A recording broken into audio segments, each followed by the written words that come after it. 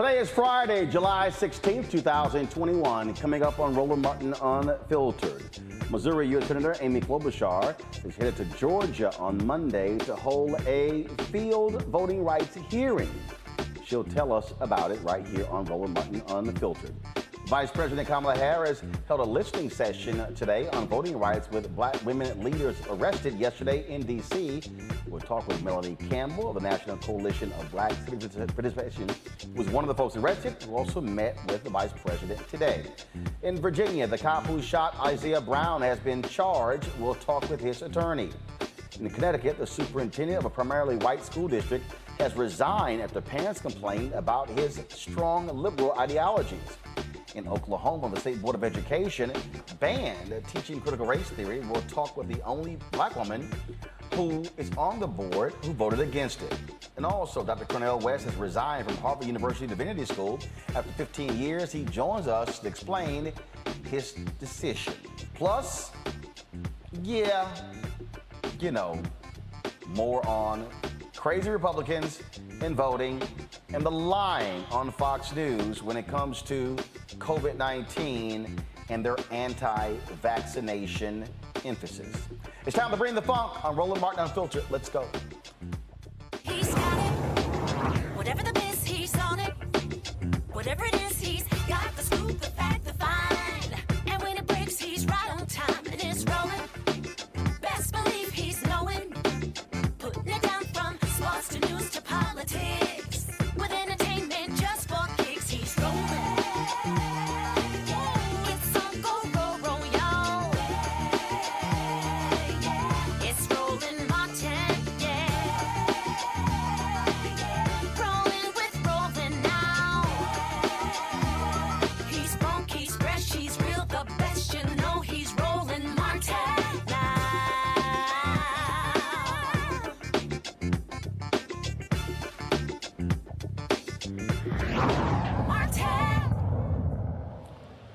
The civil rights leaders are making it plain they are going to continue the mass action, the civil disobedience, to bring attention to the issue of voting rights in America.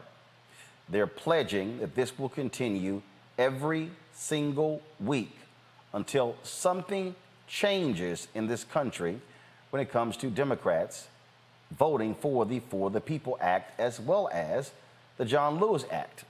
Now, some will say, I don't understand. What's the big deal? Why are you making a big deal of this? The reality is, this is a fundamental issue affecting all of us. There are those who say, well, we already fought this battle. Why are we having to deal with it again? But I need to take everybody back to the 1965 Voting Rights Act. I need people to understand, if you go back to Bloody Sunday, if you go back to Selma, what you're dealing with is you're dealing with a nation that really did not want to fully confront the issue of voting. First and foremost, there really shouldn't have been a need for the 1965 Voting Rights Act, because if you abided by the 13th, 14th, 15th Amendments, then that wouldn't be the case. But there was a sunset provision that was put into that particular law that the Voting Rights Act had to be reauthorized every 25 years. That's one of the reasons why you see this battle. Republicans typically, they had to understand what really went on, so therefore, did they really want to keep trying to filibuster the Voting Rights Act? So no, it really wasn't controversial. It wasn't that big of a deal. But the problem that we've seen now is that these scenes from 1965, these scenes that we often talk about when we talk about what happened on that bridge in Selma, this right here, folks, this right here is what we're still dealing with. What we're still dealing with is the after effects of this. We're still dealing with a nation that does not fully want to respect the rights of African Americans. We're still seeing these things happen in the South, where you have these southern states that continue to employ strategies designed to hurt African Americans. So, after the Shelby v. Holder decision, Texas immediately rushed to do what? Change the laws. Now what we've seen is it happen over and over and over again. Now what we also are witnessing across this country, we are witnessing Republican legislatures doing the exact same thing, passing new laws. Now, today, you're not seeing that. You're not seeing folks being beaten, run over with horses, beating with batons. We're not seeing, of course, the fire hoses being placed on them. No, that's not what they're doing. Now what you're seeing is you're seeing attacks on our people through the court system. You're seeing attacks on our people by lawmakers. And so what you are seeing and hearing, folks, is, okay, Democrats, what are you going to do? How are you going to stand up? Are you willing to properly challenge power? Yesterday, LaTosha Brown spoke outside of the Senate Hart building. It's really important for you to understand the power in her voice and what she was saying. And what I want to do is I want to share that again with you because it's going to set up our discussion today. Listen to this. Time that black folks have stood up, right? Whenever we work together, when we stand for what is right, it makes a difference.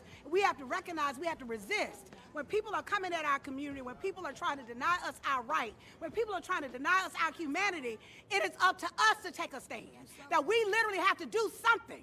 You can't let people attack your community and there's no response. So we are here, we will be here every single week, that we've got to be here because we're not going to go back. That our people have fought too long. There are folks who have died. That where I'm from in Selma, Alabama on the Edmund Pettus Bridge, where our people literally gave their lives, right, and were beat, and we have blood still on the bridge because we stood for the right to vote. This place literally does not have the right to undermine our democracy. This place does not have the right to undermine our humanity. We're standing here not because we believe in a system, we believe in us, and we believe in our own agency.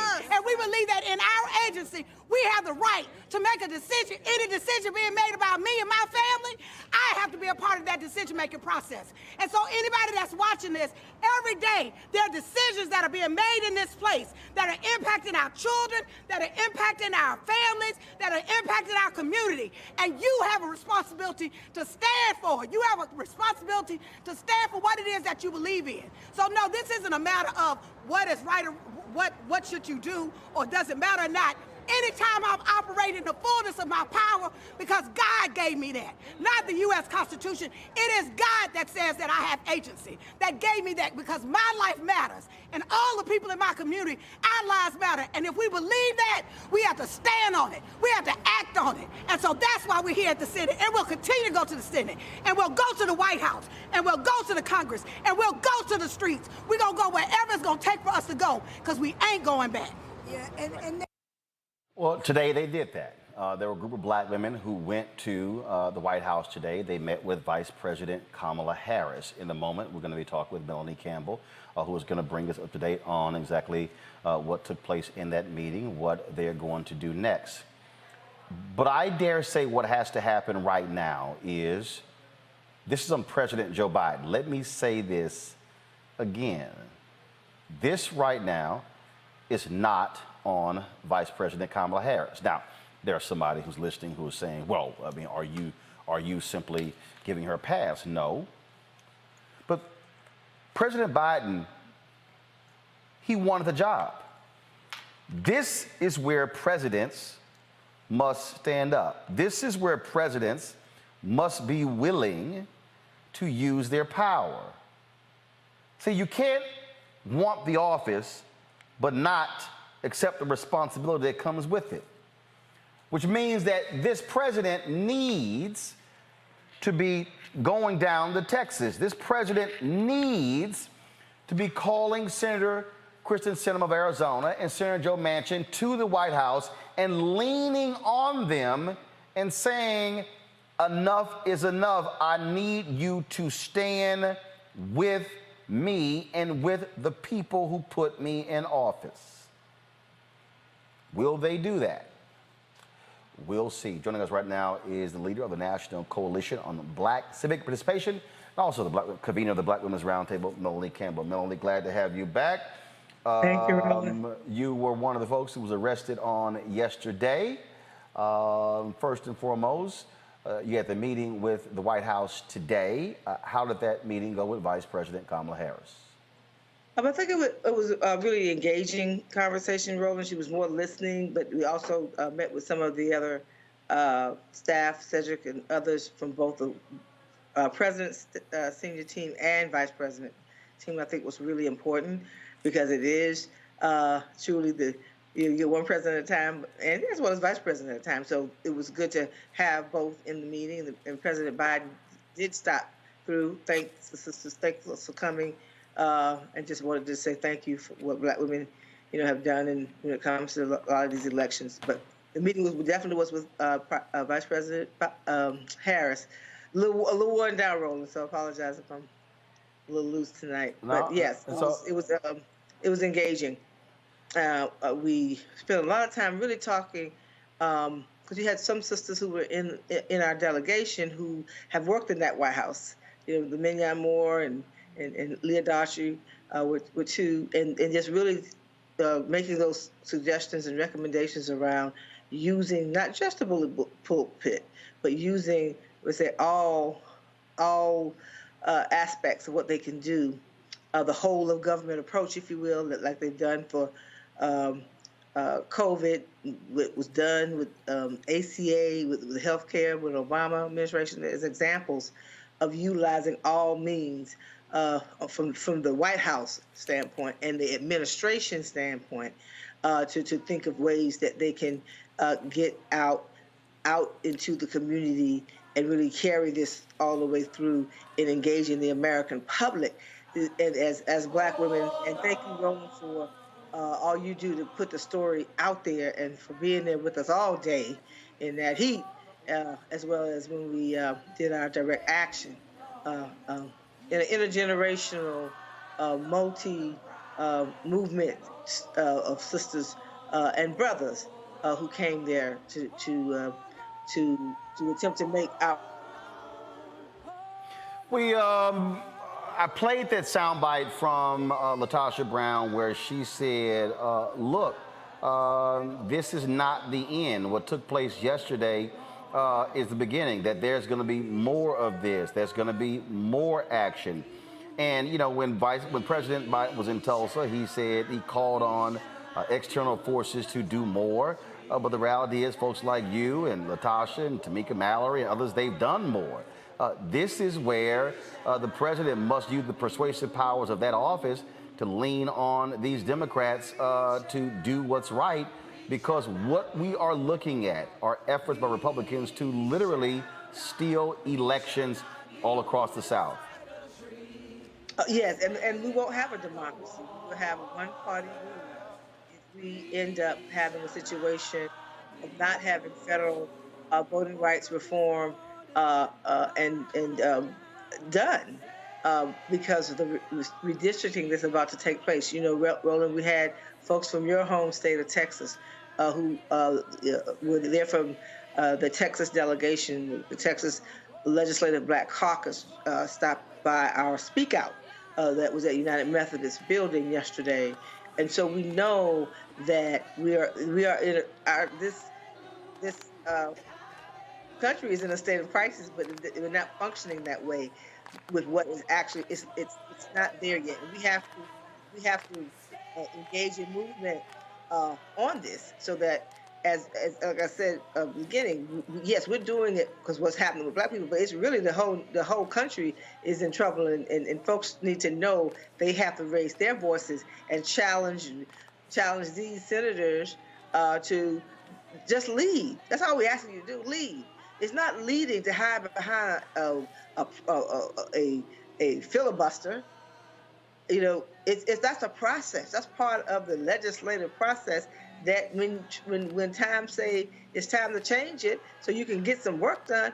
Nobody. I don't believe the people of West Virginia sent Manchin there to just hide behind that. But I don't live in West Virginia, so the people of West Virginia are going to have to really challenge and speak up. They sent him to Washington D.C. Melanie, one of the things that as we look at that video that again from yesterday's action, and it is important for people to understand why this matters. There's somebody who's watching right now and they're saying, all right, you got these black folks, and like this was the point I think right here where the cops were telling us we had to get back. The people who are saying, all right, I see these actions, but let me remind people, those checks that went out yesterday for child tax credits, yes. Those checks don't go out if Democrats don't control the Congress. Those checks don't go. The PPP, additional PPP dollars, all those things don't happen unless you have like-minded people who are in office passing the legislation. And so for the people who out here who say, man, this voting stuff doesn't matter, you can't get public policy changes unless you change the politicians.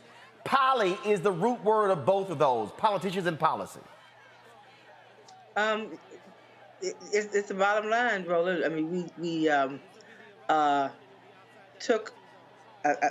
Can you still hear me? Yeah, we got you. Okay, sorry. Something was popping. I'm sorry on my Skype.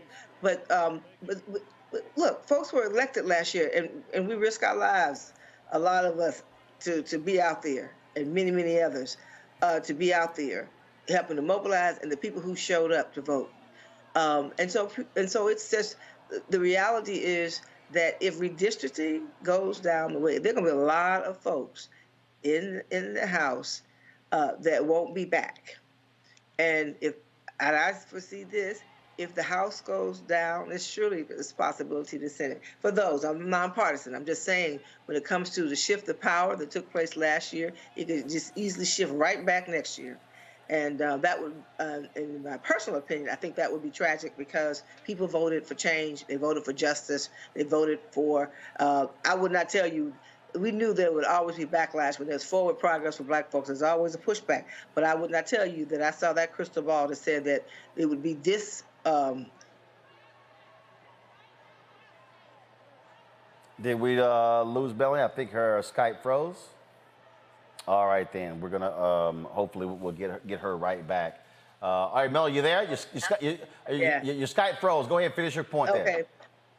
Just that I just wouldn't have believed. I wouldn't have said in November to see this level of backlash, but here we are, and so we have to step up. And though that's why we have to not just push inside of the Congress, but we have to push from outside, right? And we have to keep challenging the administration to do more and more, as much as they can do. And then it's also the voters. It's not just left up to black folks. It's not just left up to black women, right? It's left up to folks who know that they're benefiting from our vote as well, and even their own. It's like this. We will wake up to a situation that will be one-party rule, not just in Congress, but all the way in our local neighborhoods, when we're not even able to be in control of our local boards of elections, things like that we've talked about. But at the end of the day, for our people, you bring up the point. And we're definitely not saying that the administration is not doing, but this particular issue crosses all, because you can pass something today and then lose it in the next 2 to 4 years, and that's real. Who gets to sit on the Supreme Court? Who doesn't seem to be interested in voting rights these days? Again, from 2013 to what happened 2 weeks ago with that Arizona case. And so we know, and my sister Cheryl and I breaks it down better than anybody I know. When you look at the history in this country when it comes to our voting rights, when we always have had to have federal intervention, and that's just the fact. And so we got to fight and push until we win. One of the things that I want you to speak to, the key to having different voices out there, especially young voices, and there were young sisters who spoke yesterday who made it clear that this fight is also ours. Yes. One of the young ladies that was with us is Ariel Singleton, who is with Georgia Stand Up as well as Georgia Black You Vote. She was with us today in the White House meeting, and she was able to speak her mind about what's important and why this is important to her generation. And one of the things that was really moving to hear her continue to talk about is that the level of trust, that young people trusted the process. And it's important that they see that they went out and voted, and that it matters. And so that was a real concern she kept raising yesterday and again today in the White House meeting, and that young people need to see that this does make a difference, and to see voting rights attacked like that says, well, what was the point of all of that if we all weren't going to move on and then to see voting rights being attacked and nothing being able to be done doesn't make sense. Where are these white folks? Because I've been making the point that the laws that they're targeting young white voters too. And so where are they? Who is talking to these young white folks to say, this ain't just us they're targeting college campuses. They're closing down early voting locations on college campuses. This is not just a black thing. True. And I don't know. Who's talking to them? Is there a group that's dealing with them? Yeah, yes. I can speak. I know this week on a serious note. I know you're serious about what you asked, but I know some of the groups that we are building this whole movement around that we're embarked on is Vote a Latino. With Maria Teresa Kumar. And Christine Chin was out there with API Vote, because when Georgia, there were also a lot of Latinos as well as Asian Pacific Islanders, and there was some level of also multiracial coalitions work being done in Georgia as an example. But it's going to take. Like I said, this fight is not just, and we're trying to build this in a way, Roland, with what we're doing as a part of, because we know there's a lot of work been done and being done. So this is not saying, we showed up this week and this is because everything. We tried to bring in all of us who are doing work as much as possible to collaborate, to partner, to really connect the dots, because this is a hard. It is, and it is not an easy one. Melanie Campbell, we certainly appreciate it. Thank you very much for joining us. Keep up the good work.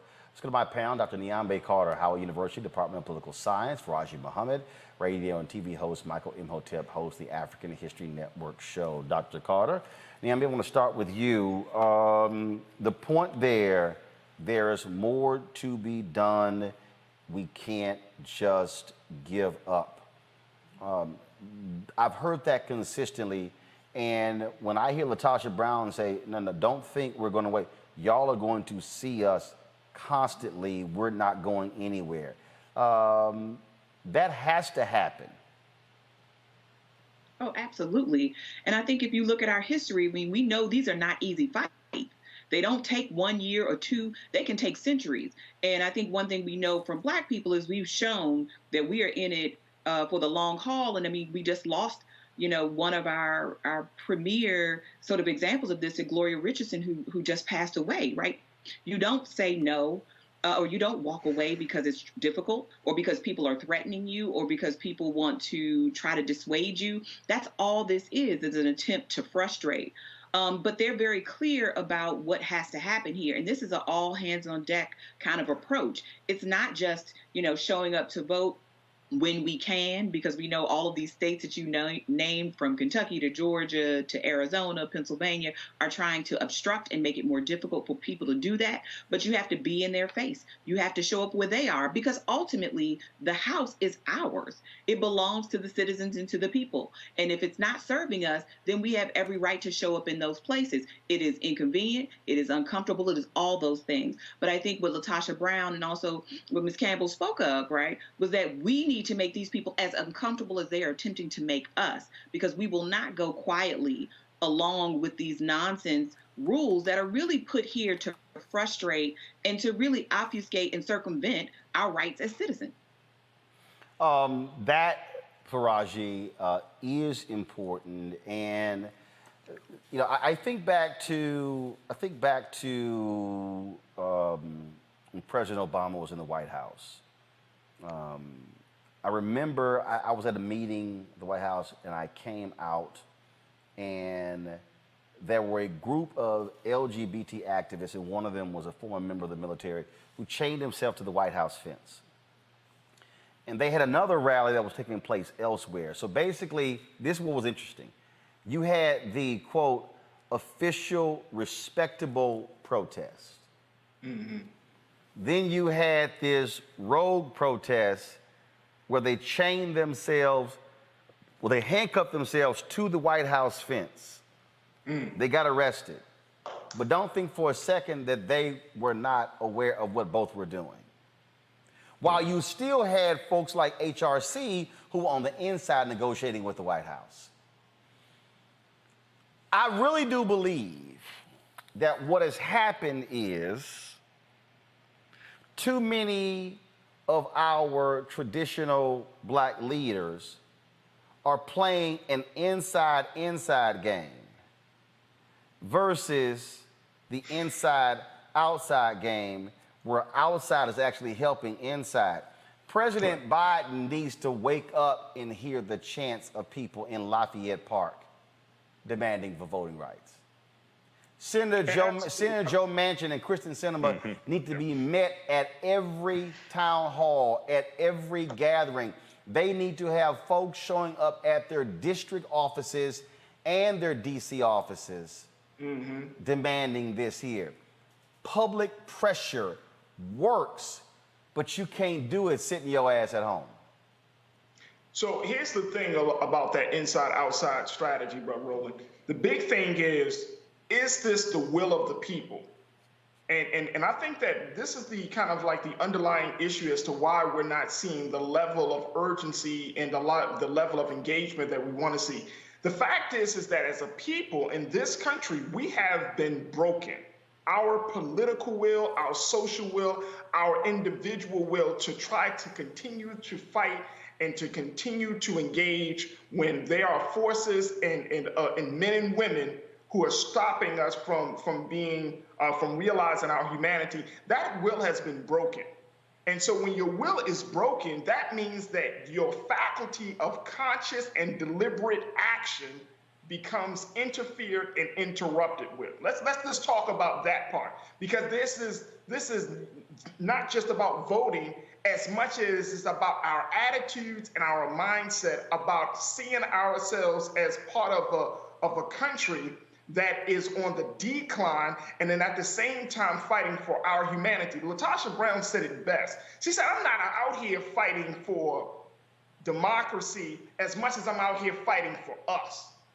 And I think that has to just resonate with folks. To say that you're fighting for us is like, this is one of the few last battles that we can become engaged in to bring the generations together, to bring our intelligence together, and at the same time, with a willful, deliberate, conscious, intentional force, say enough is enough in this country. Now, folks may not want to fight for quote unquote democracy, but you should want to fight for one's humanity, one's citizenship. And I think that's part of the problem is, and I got my shirt on. I got my shirt on because what I see with these sisters is consistency of action, consistency of will. But Black women have been taking the brunt of that consistency for way too long. And now it's time for Black men and the next generation to step up to engage, and most importantly, to bring the power that we have the ability to bring. Before I go to Michael Imhotep, Core Mastersberry, a longtime activist, also the widow of former D.C. Mayor Marion Barry. She was there yesterday, and I want to play what she had to say, and I want you to see and hear the emotion that she exhibited. Listen. And here we are, 40 years later. Will you be back at the Senate? I will be back as long as I can. This is what I'm so democracy angry. looks like. This is what democracy looks like. This is what democracy looks like. This is what democracy looks like. Keep fighting. Don't give up. This is what democracy looks like. This is what democracy Keep coming. This is what democracy looks like. This is what democracy looks like. This is what democracy looks like. This is what democracy looks like. This is what democracy looks like. This is what democracy looks like. This is what 40 democracy years looks ago. like. And everything they gave us, they took away. Every law you can think about, they can just write up, just with a step of a pen, take our rights away. We appreciate you not filming these security measures. Thank you. I'll be back. I'm never gonna back down. Never gonna stop. Fighting to my death, and my kids are gonna fight. Come on! Not gonna do it to us again. 60 years of this. All the bills, 13, 14, 15th Amendment, 1964, 65, and we're back here again? Are you kidding me? I'm madder than I've ever been. Death or vote. You're gonna have to vote, and I'm telling to everybody, if the Black people stop from voting, everybody loses. It's not a Black battle. It's a democracy battle.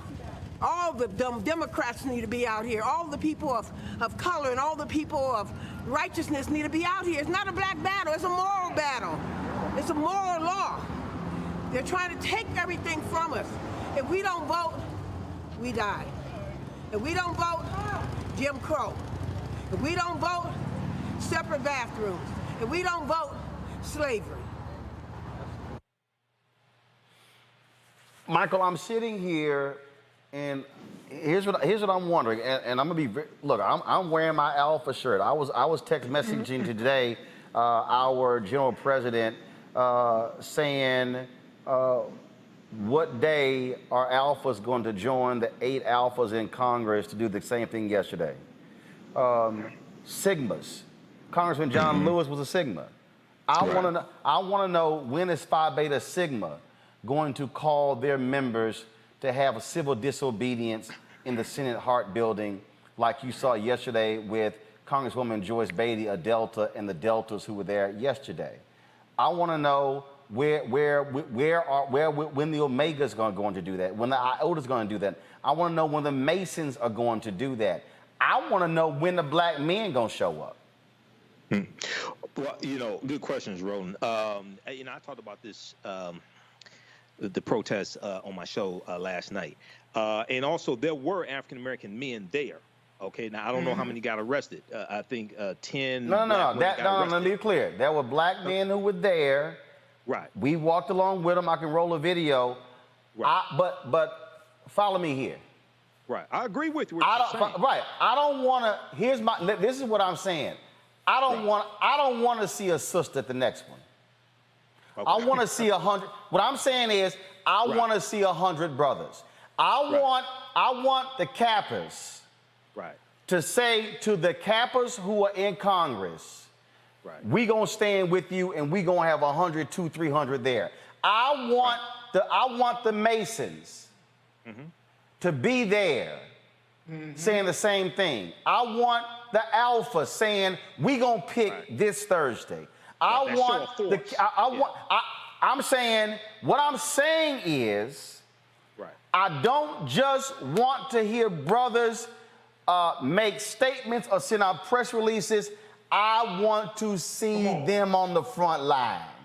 Oh no, I agree with that. I agree with that, Come on. and the show of force from those organizations as well. In their includes- colors. In their colors, absolutely, I agree with that. You know, it's a few things here. I talked about this on my show last night. The first question I asked is why were these sisters arrested and the domestic terrorists on January 6th weren't arrested? Who attacked the U.S. Capitol building? That's the first thing. First question I asked. Number one. Secondly, when you talk to Melanie Campbell about where the white people, one of the critical things here, and we talked about this last Friday, Roland, is we have got to expand this beyond just, in general, a black thing. Because, see, when we talk about the 1965 Voting Rights Act, that automatically gets associated with African Americans. But what is at stake for white college students? What is at stake for elderly white people who vote through mail-in ballots? What is at stake for Latinos and Asian Americans? Largely in this conversation is not talked about. So we have to expand that conversation beyond that and have that outreach to those different groups that are also affected. Because it's the Voting Rights Act gets associated with Dr. King, John Lewis, things like this. Secondly, you talked about it here. I talked about it on my show. Wednesday, 150 plus corporations signed onto a letter supporting the John Lewis Voting Rights Act. But what they didn't say is any Republicans that vote for these voter restriction bills, we're not going to give you any more funding. That's what I'm, see that, your letter don't mean a damn thing if you keep sending a check. Exactly. So now look at this. Compare the stance from corporations that they took Wednesday in that letter, and that's a little start, but we got to go harder. Compare that to the stance they took with the Indiana transgender bathroom bill in 2015, when corporations were talking about canceling conferences in the state of Indiana. NCAA came out, all these corporations came out, they were talking about withdrawing economic support. Not only did they do this, if you go study what happened, Mike Pence was the governor of Indiana. Corporations put so much economic pressure on Indiana, the state legislature within a week changed the law.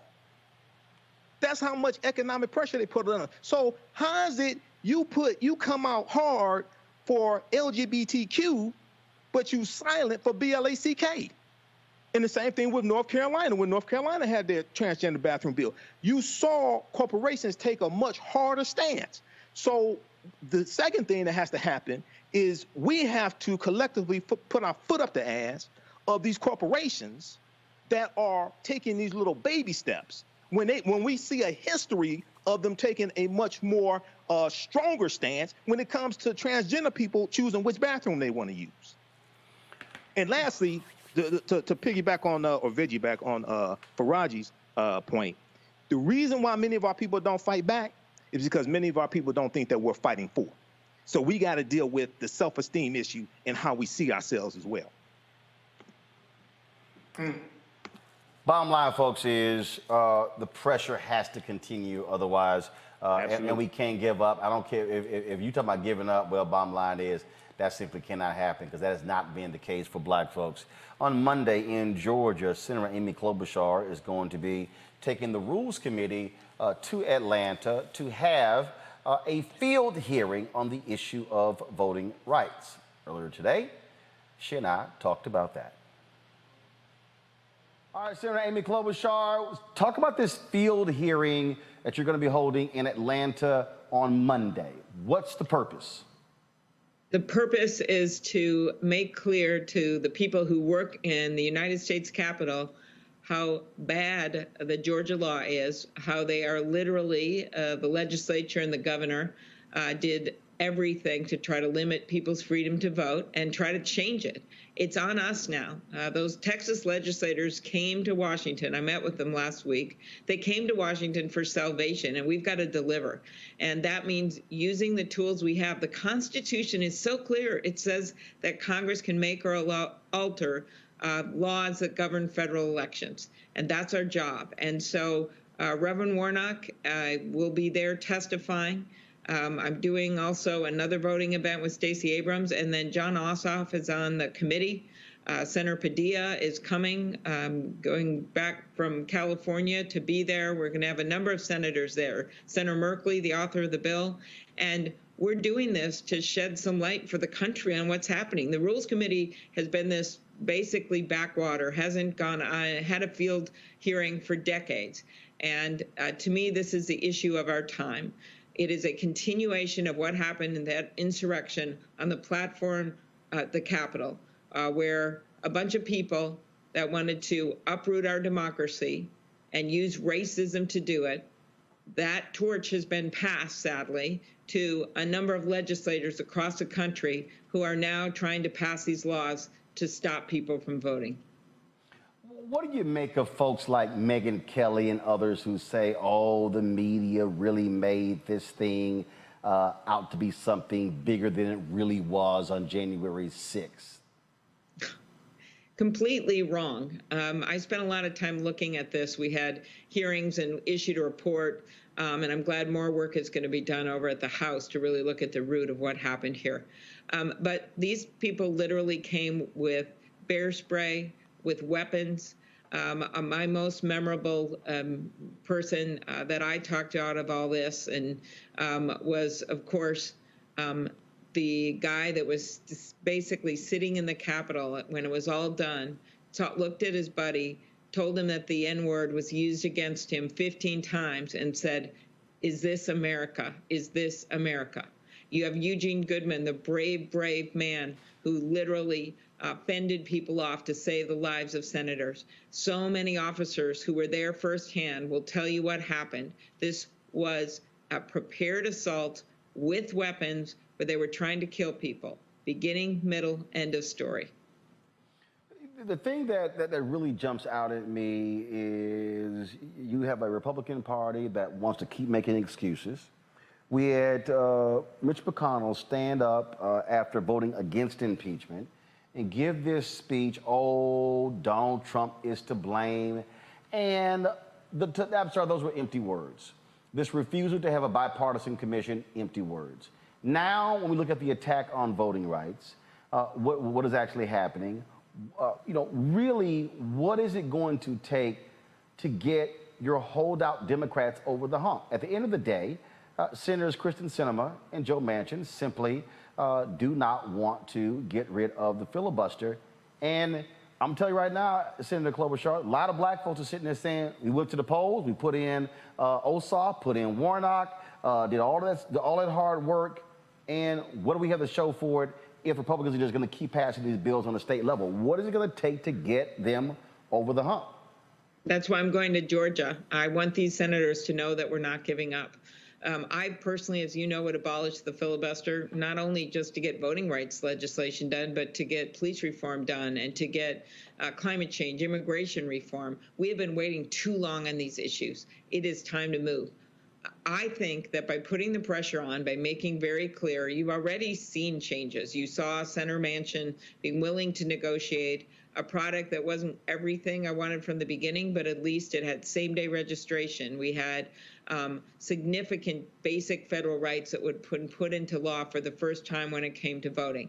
The next step is how do you get it through the process, that archaic filibuster. He has signaled a willingness in the past to talk about a standing filibuster, which means we would make our colleagues not hide under their desks, but actually stand up and argue and debate and have to be in that chamber day after day after day. That's, by the way, how the civil rights legislation finally broke through in the 1960s.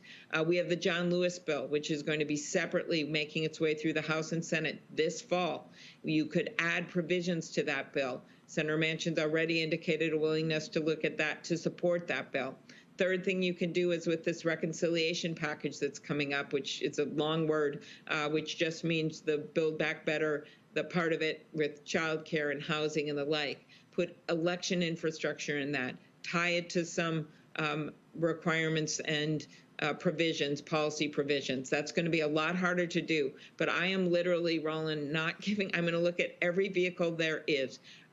Reverend Warnock and I met with, and Senator Merkley met with the Texas legislators, along with, of course, the Vice President did as well, met with them, and they said to us, the head of the Black Caucus in the Texas legislature, she said to me, we came all here looking for salvation, and we're giving you the torch. We cannot get our governor to do it. And so these are the cases that I am making to our colleagues. And I will, Senator Manchin in the past has listened to his colleagues. And you've got people like Warnock saying, these guys are literally trying to steal the election from him.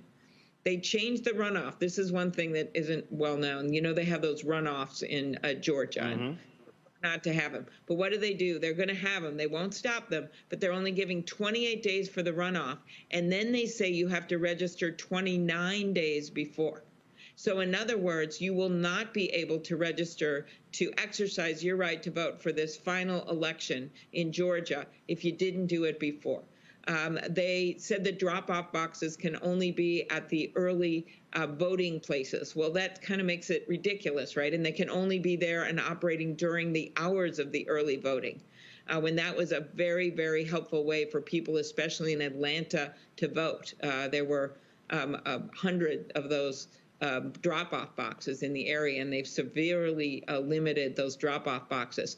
All of this is designed to hurt African Americans. That's why Jim Clyburn called this Jim Crow 2.0. All of it is designed to try to go after poor people and make it harder for them to vote. I really, truly believe that. All these complexities with, you got to put in Georgia your birthday on the envelope that is inside the other envelope, on the envelope. And so in the past in Georgia, when they had that requirement, people were understandably putting that date on because they thought, oh, it's my ballot. I better put the date I'm signing the ballot. Then those ballots were questioned, so they got rid of the requirement. Guess what they're doing now? Putting it back in place. So while you hear a lot about the water in the lines, which is atrocious, it is much more than that. And that is why you've seen major corporations come out against this legislation in Georgia and why we are so focused on it. For the hearing on Monday, first of all, is it going to be televised? Two, what is going to, who will be testifying? Who will be appearing? How long is it going to last? Sure. It's going to be in the morning. We have votes in the late afternoon. It's going to be at the Civil Rights Museum in Atlanta. The senators actually are going to tour that museum. I'm sure you've been there. It's incredibly moving with the lunch counter. And I thought that was very important for them to see that. Then we'll have the witnesses are going to be a state legislator, a leader in the legislature who understands the bill, knows exactly what happened, what they were up against, why the Republicans put it forward. We are going to have Ms. Butler, who's been a longtime local election official, advocate for election reform from a rural area, and then a voter who's a veteran who has stood in line for 3 hours and saw and knew seniors and elderly people who literally could not stand in line in the sun for that long. And so that's what we're doing. It will, I don't know exactly how long it will last. If it's televised, of course, these things are always televised in some way, but I hope that it gets the attention that it's due. And then Stacey Abrams and I are doing an event the day before with a number of other voters because we had limits on how many witnesses we could have. So we're having other voters as well. Well, look, I mean, it is certainly an important issue, and because what we're seeing in my native state of Texas is an abomination. And I really hope Senate Democrats recognize that if they don't move on this, they literally are guaranteeing that they will be in the minority after 2022, and Democrats could very well lose the House as well. Yeah, and anyone that talks to these people who are up in these seats, like Reverend Warnock or John Tester, there's a completely different state, right, in Montana, he knows exactly, and he's not up this time, next time. Everyone knows what they're doing here. They are, in the words of Reverend Warnock, there are some people that don't want some people to vote. And when political parties lose an election like the Republicans did, what they're supposed to do is find new candidates. These guys are doubled down on Trump and his friends, or change their policies. As you could see at CPAC, they're doubling down on their policies and their anti-vaccination rhetoric just at the time when we need the vaccine out there with that variant coming out. Or you're supposed to change your message. They've done none of that. They have one strategy. Let's make sure the people that voted last time don't vote. It's outrageous, and that's what the world needs to know. And remember, in Georgia, and I know you know this, when they started messing around and Trump went after the election, a lot of independents, people in the middle, saw through it, and they did not like what was going on, and they voted for Warnock and Ossoff. So there is danger in this aside from the efforts that we're undertaking right now to take this on legislatively. The voters have seen through this in the past, and if we just pretend it's not happening because it's hard to do, or because we have a few senators that aren't with us right now, and I emphasize that right now on filibuster reform, then we're just giving in to them, and I refuse to do that. All right, then, Senator Amy Klobuchar, we certainly look forward to it. Again, last one, will it be televised on Monday? On C-SPAN or somewhere else? It'll be televised, but I would hope that at least cables will be carrying it, and then we will always have it available for people, and I'll make sure I get it to you. All right. Well, let us know that. Then we'll be sure to live stream it and make sure it goes out in real time. Great. We'll find a way for you to live stream it. All right. Great. Well, appreciate it. Thanks a lot. Congratulations on your new studios and everything else. You're doing great. Thanks a lot. You take care. All right, folks, got to go to a break. We come back. We'll talk with an attorney of a black man who was shot here in Virginia in a very strange case. We'll explain when we come back on Roland Martin Unfiltered. I believe that people our age have lost the ability to focus the discipline on the art of organizing. The challenges, there's so many of them and they're complex, and we need to be moving to address them. But I'm able to say, watch out, Tiffany. I know this road. That is so freaking dope.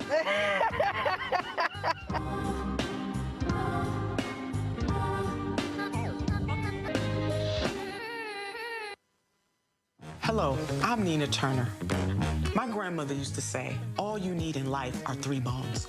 The wishbone to keep you dreaming, the jawbone to help you speak truth to power, and the backbone to keep you standing through it all. I'm running for Congress because you deserve a leader who will stand up fearlessly on your behalf. Together, we will deliver Medicare for all, good jobs that pay a living wage, and bold justice reform. I'm Nina Turner, and I approve this message. George Floyd's death hopefully put another nail in the coffin of racism. You talk about awakening America. It led to a historic summer of protest. I hope our younger generation don't ever forget that nonviolence is soul force. Priceless.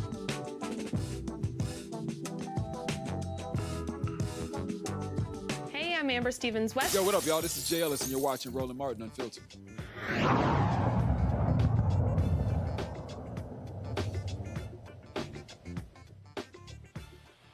All right, folks, welcome back to Roland Martin Unfiltered. 3 months after a Spotsylvania County deputy shot and severely injured 32-year-old Isaiah Brown here in Virginia, a special prosecutor has announced 2 felony offenses against the officer.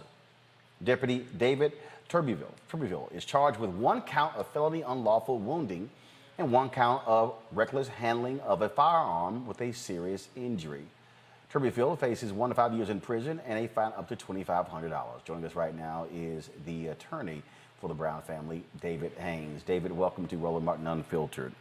Thank you. Take folks through this in terms of what happened here that has led to this officer actually being charged.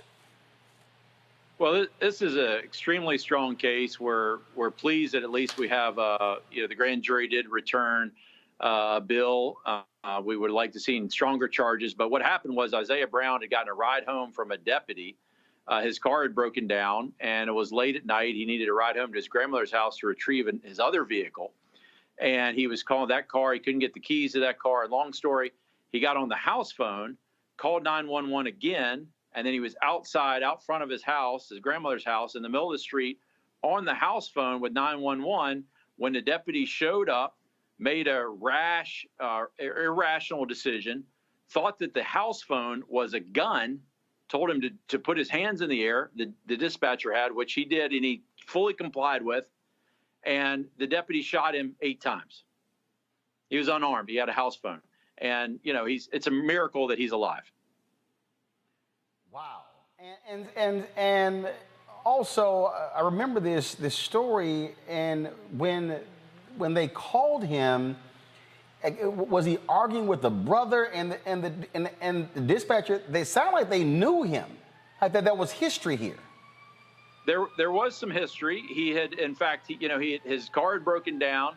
He'd gone to a gas station. They weren't able to get the car, so he'd actually been given a ride by another deputy for 30 to 40 minutes over to his grandmother's house, which was a nice deed that this other deputy had done. Isaiah was very calm, cooperative. He was listening to music on his phone in the back of the car. So the 911 operator knew him from earlier that evening. It was not 5 or 10 minutes later that he called 911 again. He tried to get into his house, get the keys. The keys were locked up. Grandmother was out of town. He had an argument with his brother. They asked him if he had any weapons, that he had any guns on him. He clearly said no. Walked out into the front yard. He was out in the street. At this point, the officer pulled up. There had been a miscommunication, we believe, with dispatch due to some earlier comments. And he sees this house phone, sort of a larger cordless phone, much bigger than a cell phone, I guess, up to his head. And he says he's got a gun to his head. He says that to himself and to dispatch. But the dispatch officer had told him to put his hands in the air, which he did. So he was clearly no threat at all, unarmed, has his hands up in the air. He's obeying all commands. And this officer didn't wait for backup. By the way, now we know this officer's name because it came out yesterday. He'd been on the force maybe 9 months. And instead of waiting for backup or, further surveilling the situation, taking cover if he thought there was a threat, which of course there was none, he ordered him to drop the gun, which was a phone. And he kept his hands in the air because that's what he'd been instructed to do by 911. And so because the phone was up in the air, he shot him 8 times. 6 of the bullets are still in his body. It's a miracle that he's still with us. And these are the kind of stories that are absolutely crazy. When you hear people talk about training, when you hear them talk about these split decisions, I mean, you're right. It's a miracle that Brown is still alive. Yeah, training's huge. As I mentioned, until yesterday, we couldn't get his name. We have asked for some basic employment information. When did he join the force? When did he graduate the academy? Has he ever discharged his firearm before? Has he ever been involved in any use of force? We don't know any of that. Until yesterday, we just got his name. It appears that he's a 2020 graduate of VMI, which is a military college in Virginia. Had been on the force probably 9 or 10 months. And, it raises a lot of questions about training. It raises questions about crisis intervention. This was an individual that, he did need some help. It was basically just basic assistance. He's got some mental health issues. And so instead, we're dealing with these issues, particularly among individuals of color in our communities of color. This is no coincidence, right, that this is happening all over the country to a particular group of people. And instead of dealing with this on a crisis sort of situation or helping them out, we're dealing with it with a gun and bullets from a law officer who's holding a service-issued weapon by the Commonwealth of Virginia. And it's just totally unacceptable. It's got to end. We've got to do better. We've got to do better for our communities. We've got to do better on training. We've got to do better on police practices and procedures. We can't continue having these incidents in our country. Amazing. Well, look, we certainly will see what happens in this particular case if it goes to trial. But it's just, again, we're thankful that he wasn't killed in these actions. It's true, and he'll live with it, mentally, physically, psychologically. Of course, his life will never be the same. He's very strong. He's a fighter. I'd like to thank everyone out there, all your viewers, for the prayers and the well wishes. And he's got a great attitude. He's an inspiration. He's going to keep fighting, and we're fighting for justice for Isaiah Brown and all the other victims. All right then. Look, please certainly give him our regards, as well as his family as well. David Haynes, we appreciate it. Thanks a lot. Thank you. Thank you, Roland. All right, folks. In Maryland, an Anne Arundel County Police Board allows Officer Daniel Reynolds to keep his job after being caught on video kneeling on the back of a 27-year-old black man. In the video, in this unwarranted traffic stop, Reynolds is seen pinning Daniel Jarrellas to the ground as both men scream profanities. The Anne Arundel County Police Department initially suspended Reynolds with pay last summer after Jarrellas alleged in a lawsuit the officer placed a knee on his neck during a February 2019 arrest. An internal investigation initially recommended firing Reynolds, but he requested a trial board to appeal the recommendation. The board found him guilty of excessive force, but announced they are not recommending firing. Instead, they suggested Reynolds should take anger management classes. Faraji, the last damn thing I want is a cop taking anger management classes. I don't want his ass on a police force. You're on mute. You're on mute. I'm still trying to reconcile, Brother Roland, the fact that we're talking about anger management classes when this is part of their training. So where is the classes sitting into the situation? If you look at this video, he clearly has the ability to take this man's life, clearly. So anger management is not the issue as much as this is just a power move that police officers have continued to use day in and day out. With the sad part about it, and as I was listening to Mr. Haynes, the sad part about it is you don't get any real punishment. And when I read about this case, Brother Roland, the fact that they talked about they see him, now look how crazy this is. They see him as being using excessive force, but his excessive force is not enough to put him off the police department. This decision was made after Mike Brown, after Philando Castile, after Freddie Gray, go down the line, George Floyd. This decision is made. So this shows us that there still needs to be there's still a lot of work that needs to be done in terms of policing. This is not about community policing. I don't even think this is about training. This is just about simple logic, simple humanity. And what we're seeing in these cases, especially when you're talking about these trial boards, is that I'm at a point, Brother Roland, where I feel like it's just corruption all under everything. And I try to be an optimistic guy. But at this point, I'm like, are you not seeing the same thing that we're seeing as citizens? And are you not understanding the implications of allowing certain jokers on the police force to continue to do this work? Like Mr. Haynes said, that officer was only on the force for less than a year. Now we got this. It's absolutely insane. Fire their asses. Anger management classes, Niambi. Anger management classes for a person who has access to multiple weapons that can take a person's life at any moment. And all he has to say is, I was afraid, right? There was nothing there that required him to put his knee on that man's neck. And then he's going to say, well, the coarse language was out of character. Really? Because this looks like you are very comfortable doing it. Nothing suggests that he is uncomfortable doing any of these things. And I agree with Faraji. I mean, we keep treating this like these are isolated incidents. This is about how police officers are not just trained and then unleashed on the communities that they serve. And one of the things that we know that police officers do quite well and with impunity is abuse the public. And then everybody sits around and says, well, it wasn't so bad until that officer kills someone. And we know in many of these cases where officers actually murder people, that there have been a series of escalating events that lead to this murder. They don't start with the murder. They usually end up there because they continue to do things that are dangerous, and that people in positions of power and that people who are there to really control them sort of turn a blind eye to and say, well, this is fixable.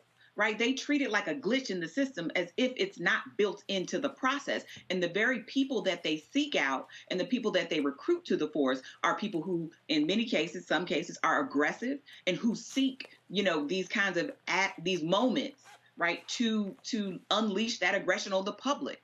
So I am here, like everyone else, just stunned that all he got was a slap on the wrist, because this is the only profession where you can brutalize and murder people and still expect to keep your job at the end of the day.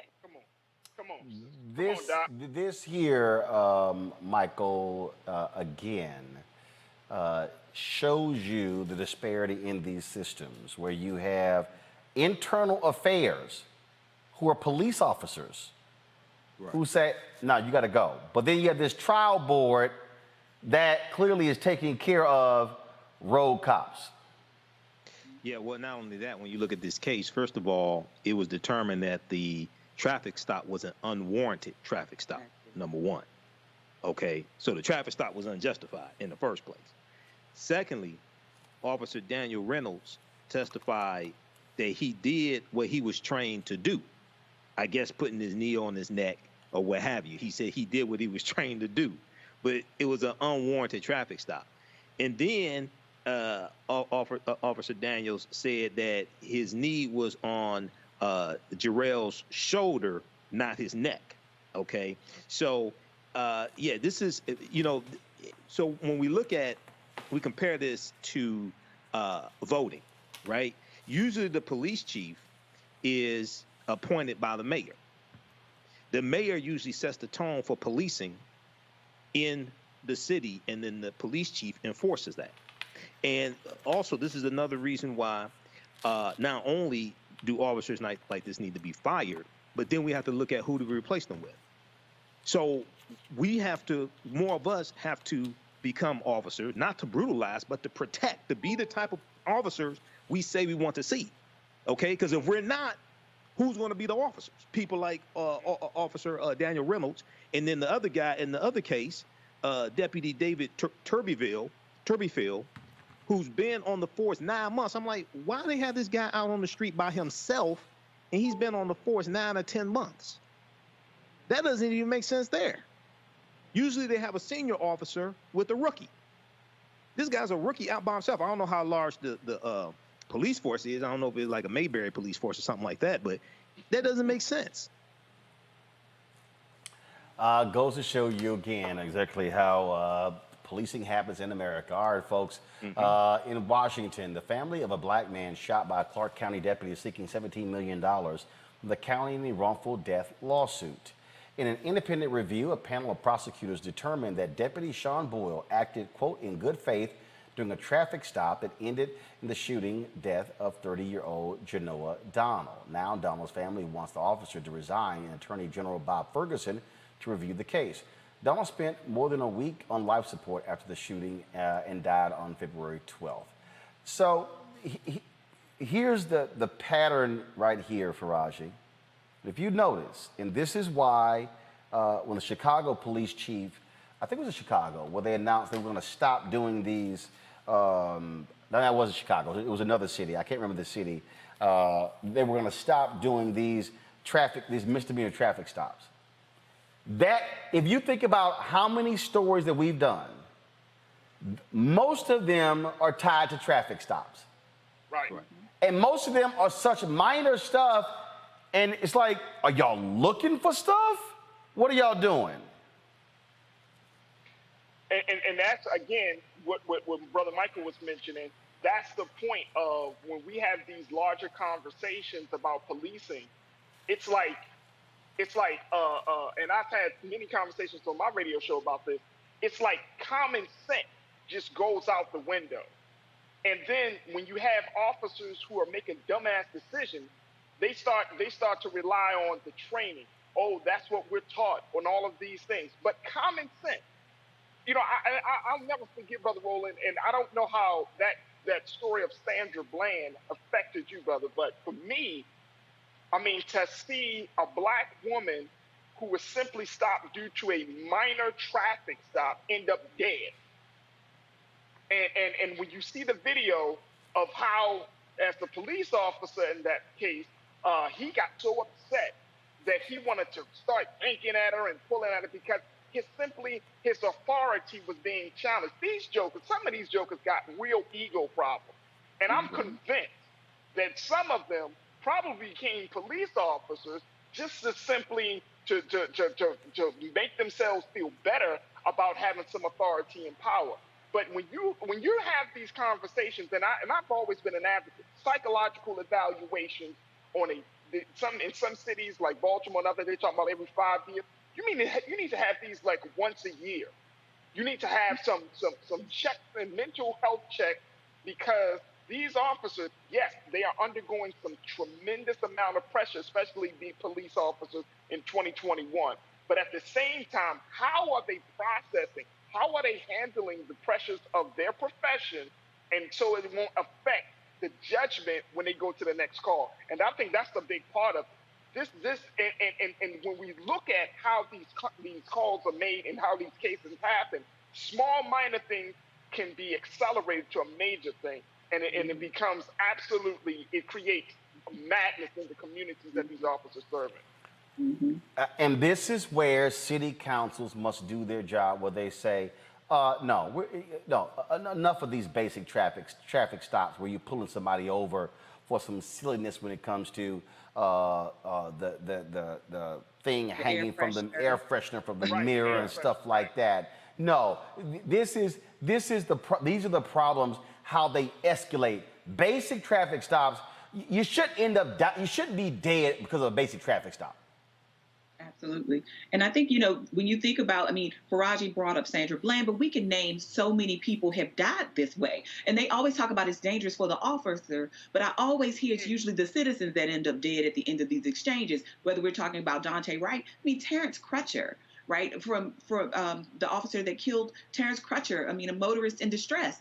And these things happen all too often. But when you tell people over and over and over again that your job is so dangerous, and again, nobody's trying to minimize that, but that every person that you encounter is a danger to you, is a threat to you, then what do you expect? In this case, with Mr. Donald, the officer said he saw a screwdriver. Not that Mr. Donald had it in his hand, not that he was wielding it at him, not that he was doing anything other than complying with the traffic stop at that moment. But that was your cause to try to pull him out of his vehicle. It's not even clear that he even knew why he was stopped. And of course, we don't know what happened because there's no video. There's no other evidence besides the officers who appeared there and their word. And unfortunately, Mr. Donald is dead.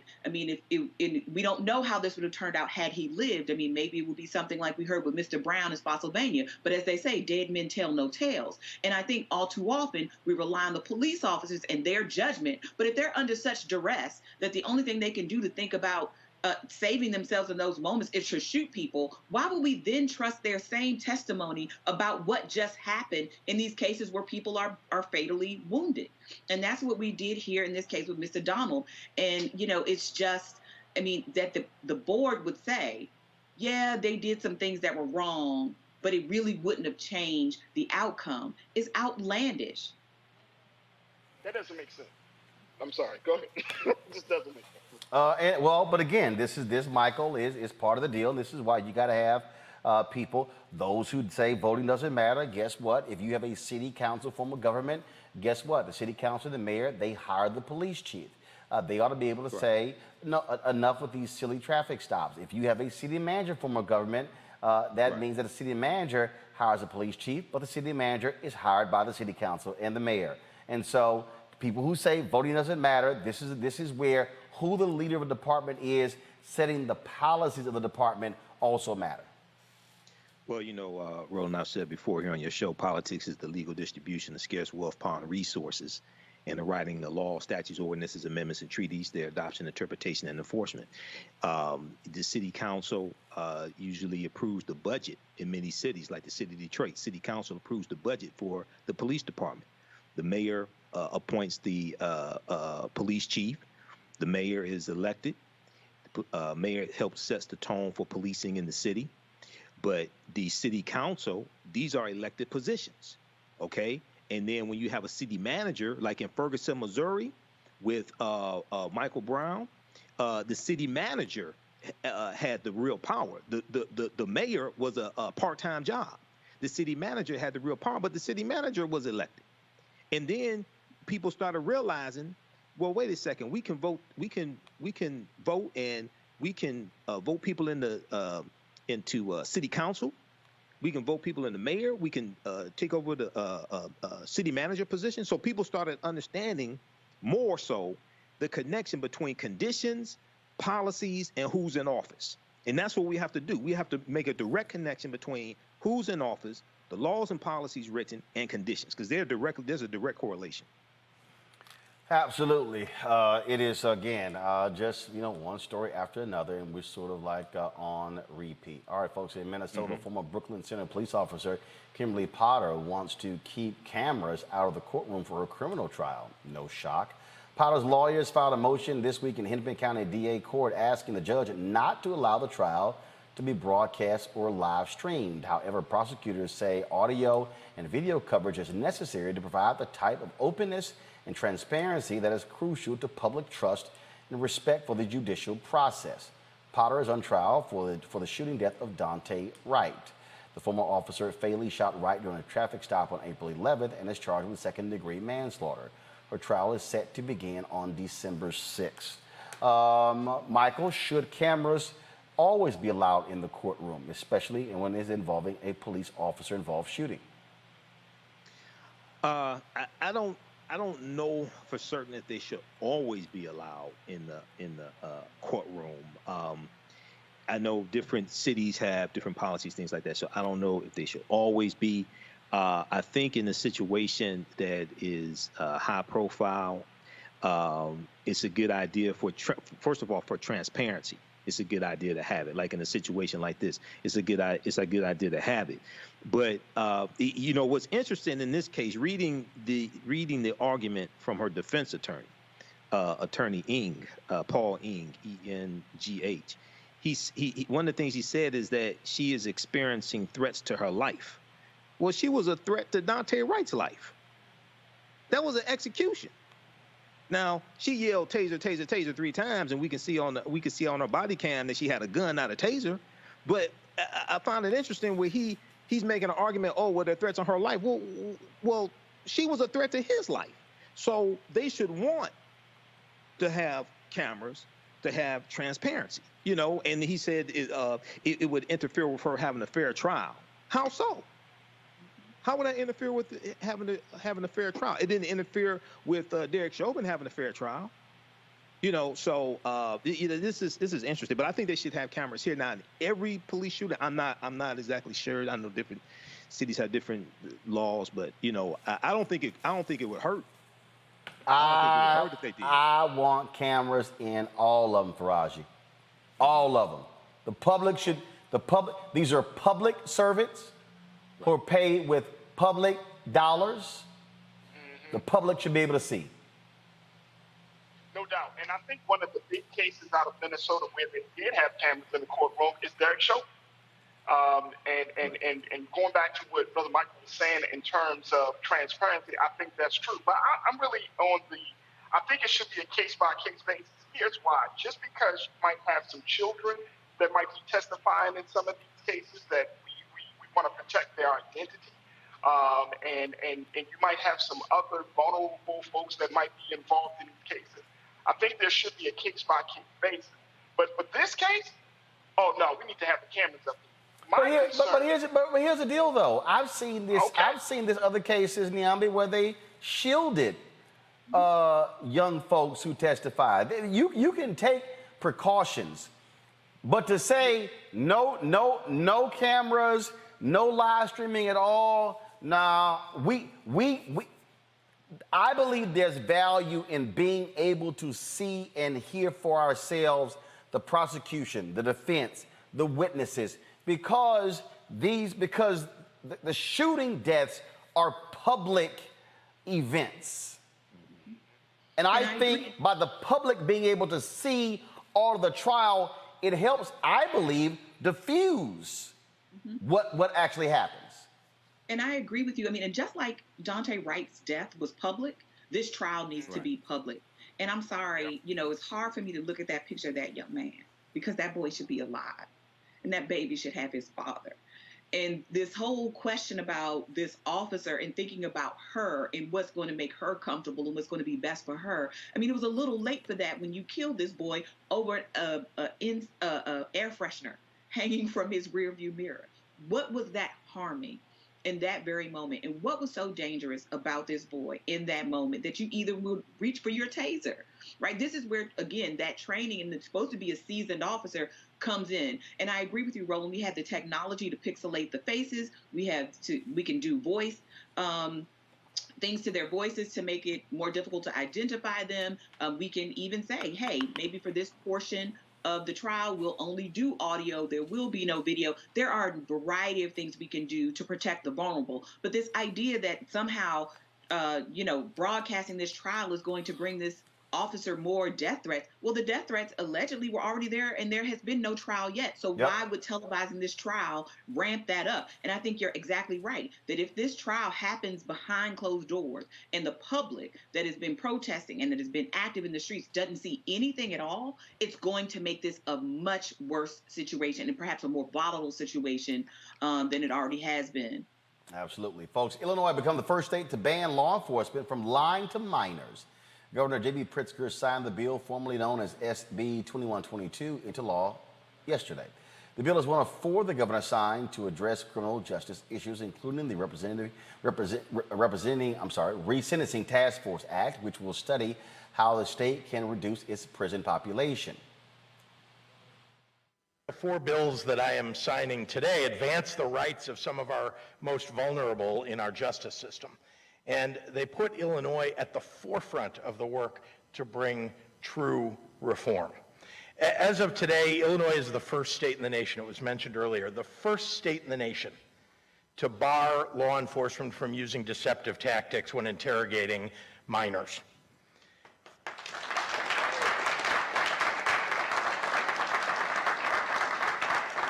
False confessions have played a role in far too many wrongful convictions, leading to painful and often life-altering consequences, as Terrell described. And that rings true for the youth who are most vulnerable to these tactics. My deep hope is that Illinois is setting an example for the entire nation to pass this law in all 50 states. Good actions are being taken there in Illinois. All right, folks, the idiot black Republican who's Lieutenant Governor of North Carolina, y'all, Mark Robinson, he vows to prove why critical race theory should not be taught in schools. He's launched an initiative called the Fairness and Accountability in the Classroom for Teachers and Students, also known as FACTS, to provide a portal for teachers, parents, and students to report cases of this bias or indoctrination. He went on Fox and Friends where he talked about the difference between CRT being taught as an ideology or an opinion. Here's this fool. The goal of this bill, and erroneously people think what we want to do is try to whitewash history. Me being a person who, I was studying to be an educator before I became lieutenant governor. And, you know, as an educator, I want to teach children about everything that's happened in our nation, the good, the bad, the ugly, and all aspects of it. What I don't want to do is impart my own opinion on them, and that's what we're trying to do. We're trying to make sure that these kids and the teachers are not being pressured to follow any ideology. Who would they be pressured by? Well, we have a task force that we've assembled here in North Carolina in our office for the purposes of combating indoctrination in the classroom. And what we've seen so far is that, unfortunately, there are teachers in the classroom who are forcing their opinion on students, and we cannot allow that to happen. It's also happening, of course, to teachers as well. That dude is such an idiot. Now let's go to Connecticut, where a school superintendent resigns for being, quote, too woke. Rydell Harrison received complaints from parents alleging he alienates students with strong liberal ideologies. Already facing heavy scrutiny because of those accusations, Harrison sparked more outrage when he approved a diversity, equity, and inclusion survey for parents, staff, and students. After numerous calls from parents and staff, Harrison announced his resignation days after agreeing to a new $225,000 contract. Rydell Harrison, superintendent of Eastern Reading Region 9, joins us right now. Principal, how you doing, Rydell? I'm good. How are you? Thanks for having me on the show. I appreciate it. So here's a perfect example here. Basically, what you have here is you got white folks in America who are lumping everything under critical race theory, who are attacking anything when it comes to diversity, and that's really what was happening in your case. Yeah, and the interesting thing, Roland, is that, you know, one of the things I got blamed for was, you know, I was coming in with my own agenda. Interestingly, I got hired to do this work around diversity, equity, and inclusion.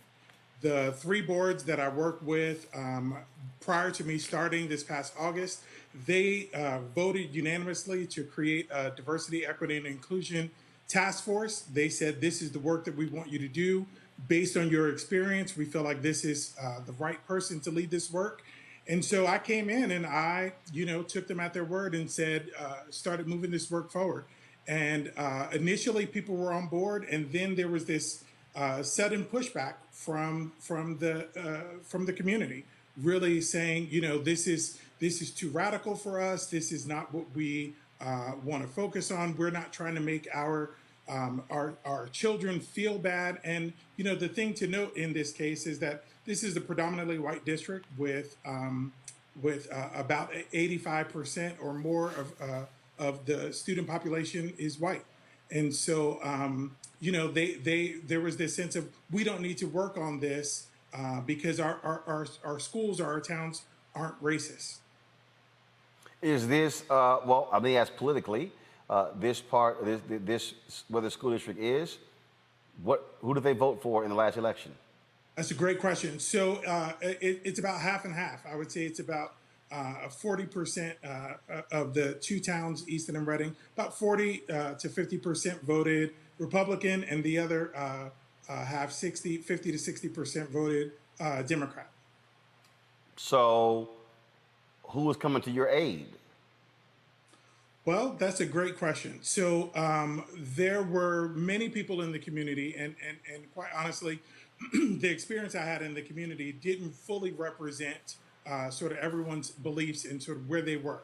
So I had a lot of support, a lot of people coming in and saying, we're really embarrassed that this is kind of what's being promoted out here. And there were flyers that went out about the dangers of critical race theory, flyers that went out about the dangers of Dr. Harrison, the person, and my, left-leaning or liberal thinking and wanting to indoctrinate kids. And I will say that absolutely does not represent the entirety of the town. But what the challenge is that there was no really good focus or really good argument for us to push back and say, this is not what we're doing, and a real strong commitment to staying the course with our diversity, equity, and inclusion work.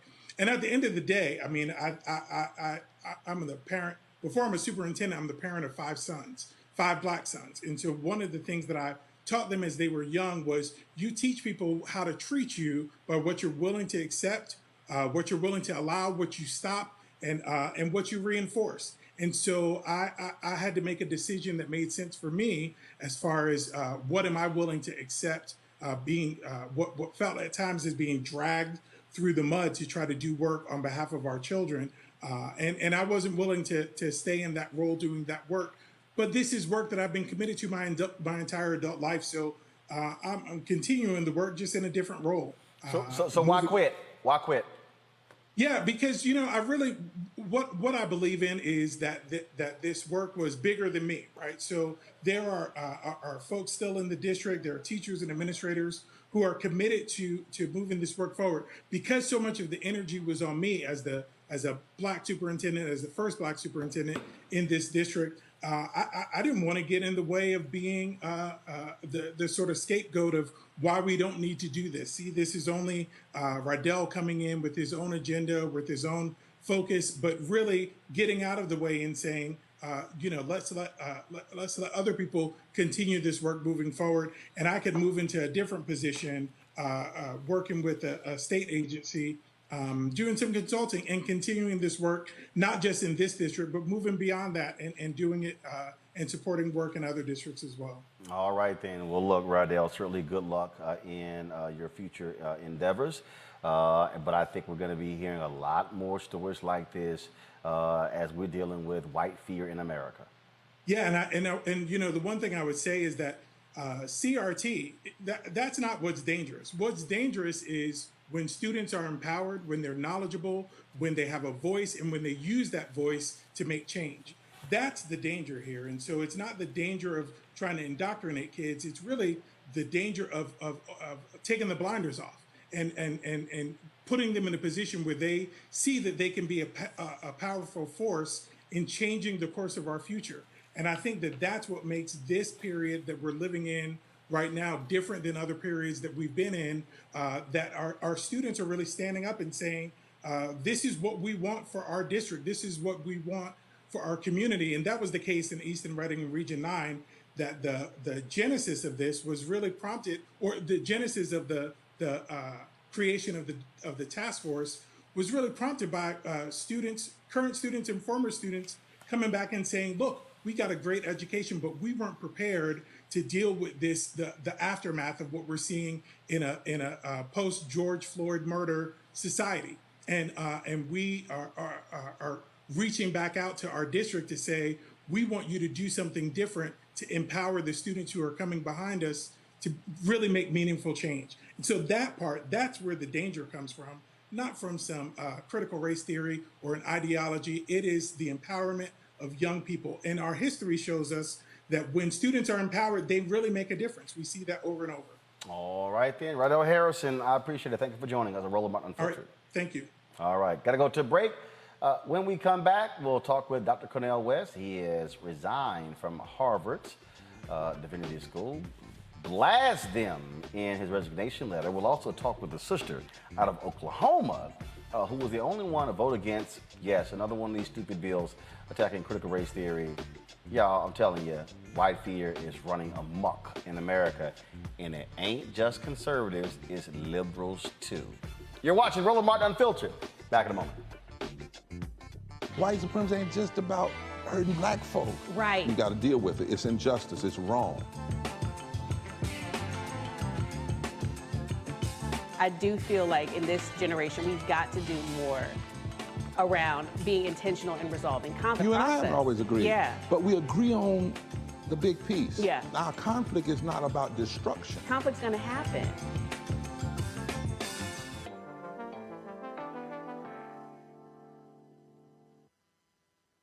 Racial injustice is a scourge on this nation, and the black community has felt it for generations.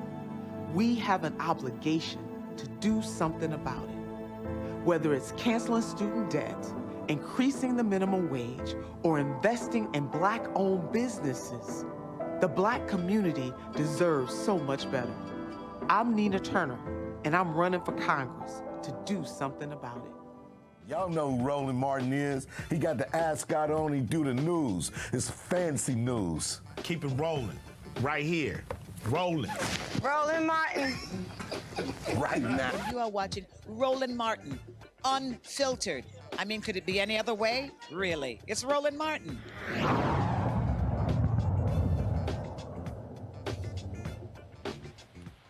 All right, Dr. Cornel West has resigned from Harvard University due to a significant tenure battle. He also says his resignation is the effects of the school's, quote, intellectual and spiritual bankruptcy. He sent what he calls a candid letter of resignation to the dean of his college. This is what he wrote. I hope and pray you and your family are well. This summer is a scorcher. Here is my brief and candid letter of resignation. How sad it is to see our beloved Harvard Divinity School in such decline and decay. The disarray, first of all, that graphic, y'all, right there is way too small that we got on the air. I'm just letting y'all know, folks can't read that graphic on the air. But this is what he wrote in here. He said that, I hope and pray that I could still end my career with some semblance of intellectual intensity and personal respect. How wrong I was. With a few glorious and glaring exceptions, the shadow of Jim Crow was cast in its new glittering form, expressed in the language of superficial diversity.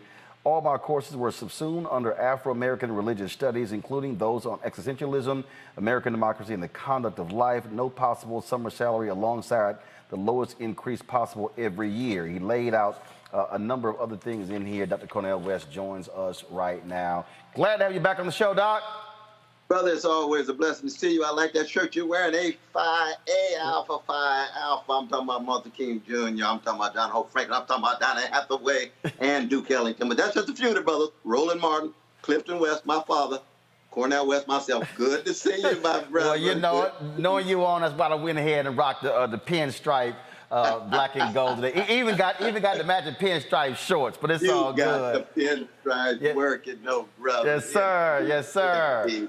But I want to face my solidarity with Brother Harrison, though, Rydell Harrison. And I can't wait to hear this intergenerational dialogue between the one and only William Barber and the one and only Bree Newsom. Brother, you and your show have been a force for good, in the language of John Coltrane, year in and year out. And I salute you even before we get to my case. And that's very important, man. You're a long distance runner. You in it because you're real, because you are free black man, and because you love black people. That's the bottom line, man. That's a crucial bottom line, and that's what we need in these dim and decaying moments, man. That's what. Well, I certainly appreciate it, and we're doing our best to give folks the enlightenment and the education on the issues. You wrote what is a candid letter. I call it a blistering letter, where you laid it out. But before we went to break, I talked about the issues that we're seeing in this country, not just with white conservatives, but also with white liberals as well. That's exactly right, because anytime you keep track of the shadow of Jim Crow, you find that it's not just a conservative issue. Liberals have been contributors to the reinforcement of these glittering versions of Jim Crow. Why? Because white supremacy has an ideologically promiscuous character. It can lie with anybody, with any movement, with any political orientation. That's how deep white supremacy cuts, my brother. And what folks have to realize is that when we talk about these institutions, when we talk about white supremacy, the operative word in white supremacy, in white liberal, white conservative, is white. What trips me out is sometimes folks don't want to be honest about this and challenging people on this issue. So somebody could call themselves allies. Somebody could put kente cloth on. They can show up at the Black History Month program, but in their actions, it really speaks to how they stand. That's exactly right. And also, we acknowledge that a white brother like John Brown is much more over against white supremacy than a black brother like Clarence Thomas. Now, we love Clarence as a human being. He's beautifully black aesthetically, but ideologically and politically, he is a foe, he's an enemy. Now, I'm a Christian, I try to love all my foes and enemies, but that's a different issue. Politically, black people can contribute in a significant way to the reproduction of white supremacy. There are white brothers and sisters who fight over against white supremacy, the William Kunslers and the Ann Bradens and Rabbi Heschels. I mean, these are folks saying racism is Satanism. They're willing to die with Martin and with other black groups. So that when we talk about white supremacy, we're talking about actions, deeds, ways of being in the world, and people can choose to be over against it no matter what color they are, even though for every white brother who's John Brown, he got thousands of cousins who never got the memo. And we want to be honest about that. We don't want to be naive and think it because we've got some serious white brothers and sisters who are in solidarity with us, that somehow they are moving toward a majority. No, they are a slice. They are a prophetic slice of the white community. White supremacy generates levels of benefits that make it very, very difficult for large numbers of folk not to resist. You also, again, were very critical of Harvard on the Palestinian issue. Explain. Well, one is, the issue of the Israeli-Palestinian situation of Israeli domination and the occupation of precious Palestinian brothers and sisters is a taboo issue in a lot of different contexts, that people don't want to be honest about it. They don't want to really believe or take seriously what I believe, which is a Palestinian baby has exactly the same value as a Jewish Israeli baby. That a Jewish baby has exactly the same value as a Palestinian baby, or a white baby, or a black baby, or an indigenous baby, or whatever. And if you're consistent in that way, then you must take a stand against all forms of occupation and domination, and therefore one will be in solidarity with Palestinian brothers and sisters. And to make that stand and to be honest about it and to be vocal and public about it can get you in a whole lot of trouble. People say, oh, West is anti-Semitic. West must be anti-Jewish. No, there's Palestinian occupation of Jewish brothers and sisters. I'm with my precious Jewish brothers and sisters. I come out of a moral and a spiritual tradition linked to the West Family Shiloh Baptist Church and Alpha Phi Alpha. We believe in universality, even though we rooted on the chocolate side of town. And we're concerned with human beings across the board, made in the image and likeness of God. And therefore, we look at the world through moral and spiritual lens that has strong political consequences. And that's why we're critical of politicians, no matter what color they are. We're critical of people who drop drones, no matter what color they are. We're critical of governments that promote militarism, no matter which continent they're from. These are moral and spiritual issues. And therefore, you're willing to get in trouble. You're willing to be misunderstood and misconstrued. But in the end, you and I know, brother, because I know you coming out of Jim Crow, Texas. And my mama came out of Jim Crow, Texas. Jim Crow, Texas produced some high-quality folk tied to morality and spirituality, telling the truth about suffering, no matter who they are. But we begin on the chocolate side of town. We begin with our mothers, our fathers, our cousins. We begin with black folk. But our love and our commitment to justice spills over to our indigenous peoples, our Spanish-speaking peoples, our poor whites and working-class whites, as well as a whole host of others in the Middle East, Africa, Haiti, Guatemala, Argentina. That's what it is to accent the best of a great people, and that's black people. We ain't never, ever found a people in the modern world who have to deal with 400 years of hatred and keep dishing out love warriors and freedom fighters and wounded healers and joy spreaders. That's who we are, black people at our best. And we intend to hold up that bloodstained banner and be faithful unto death. I'm going to bring in my panel now for questions. I'm going to start with one of your academic peers, Dr. Niambe Carter, Howard University Political Science Department. Dr. Carter, your question for Dr. Cornel West. Well, I don't know that I would say peer necessarily. I mean, we're talking about, an intellectual icon here. He a professor, you a professor, Yes, he your peer. Okay. Well, I will say, Dr. West, thank you for joining us. And I do have a quick question. Why go back to Harvard after you left them quite, spectacularly before?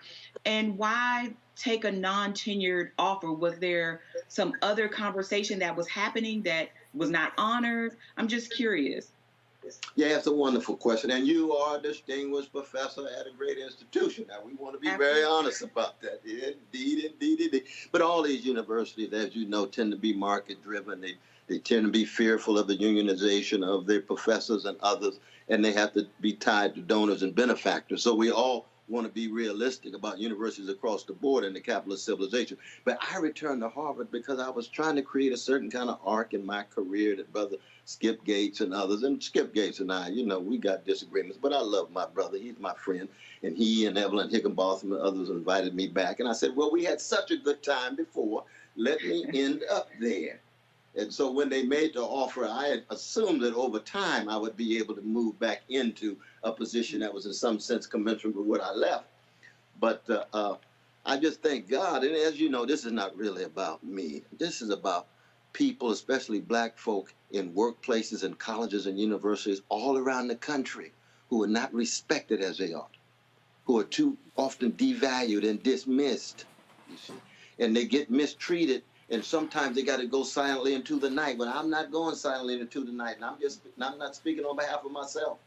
I'm just speaking on behalf of truth and justice for all professors, especially black professors who come out of a great black intellectual, musical, cultural, spiritual tradition. And we're trying to keep that tradition alive no matter where we are, community colleges, universities, and so forth. And I must say that in many ways, some of my greatest moments have been as a teacher in a historically black institution called prisons, that I've been blessed to teach in prisons now for 44 years.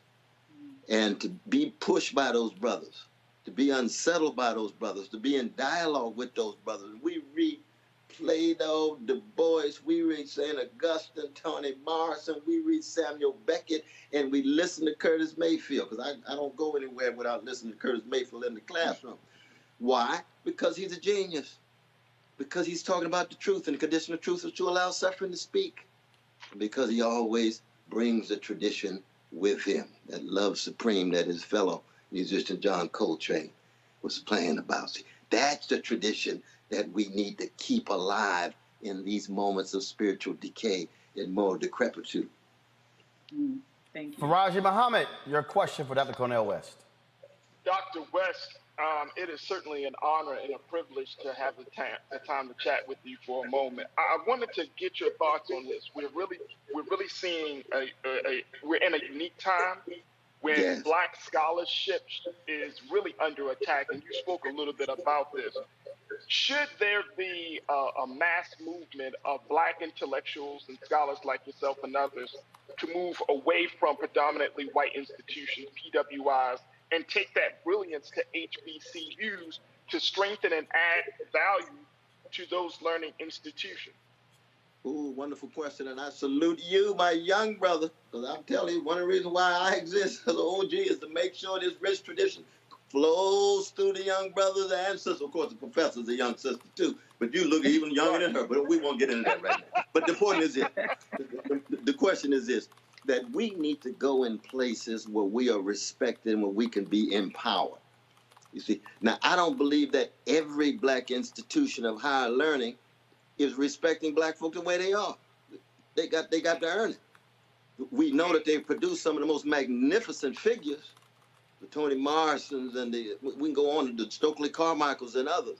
But just because an institution is a black institution doesn't necessarily mean that they are specializing in the empowerment of black folk, because sometimes white supremacist ideologies operating in those black contexts.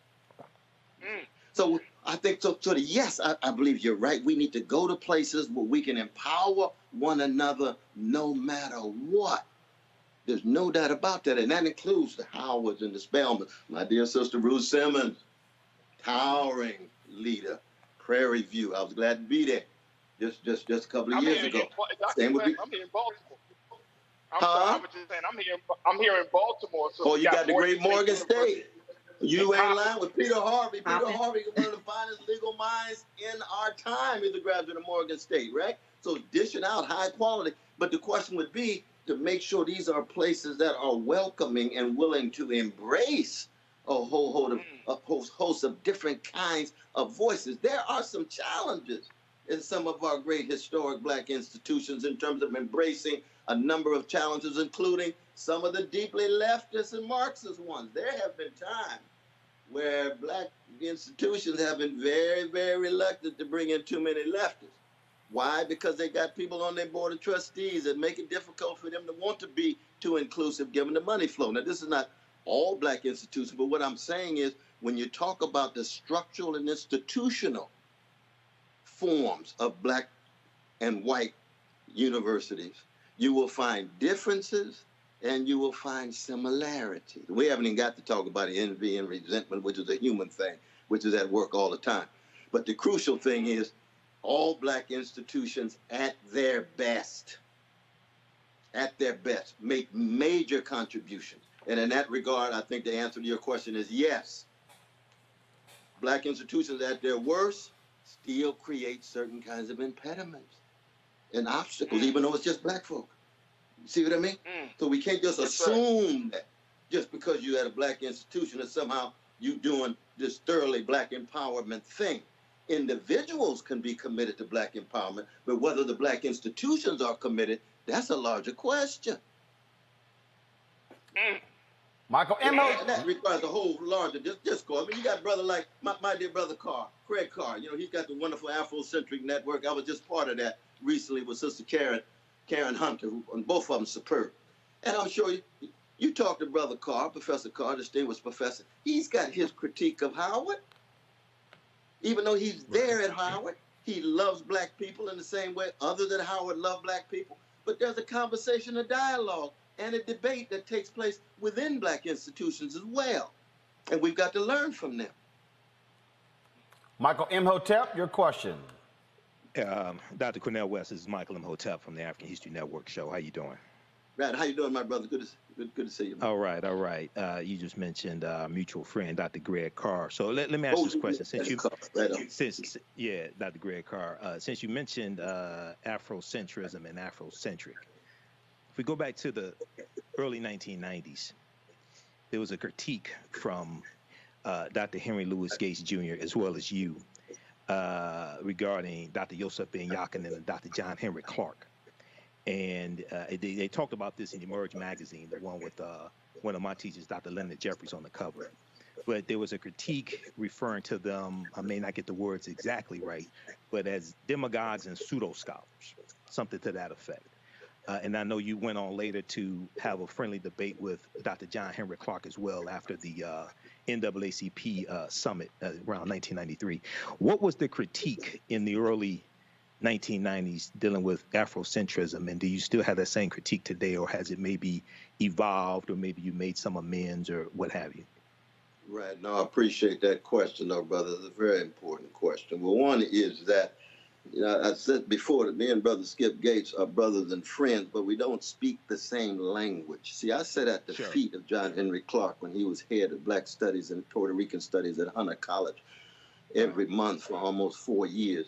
As you know, the debate that we had at Ohio State, where Brother Carl was the mediator, he was the MC. I would never in a million years call the great John Henry Clark a pseudo scholar. See, that's not my language. I would never in a million years call him a demagogue. That's not my language. I disagree because he's a black nationalist, he's a Pan-Africanist. I'm not a nationalist of any sort. I have great connections with black nationalists, but I'm not a nationalist of any sort. And therefore, I'm critical of any kind of talk of nation formation that doesn't talk about class and empire and patriarchy and homophobia and a lot of other things. But that doesn't mean that they're not my comrade.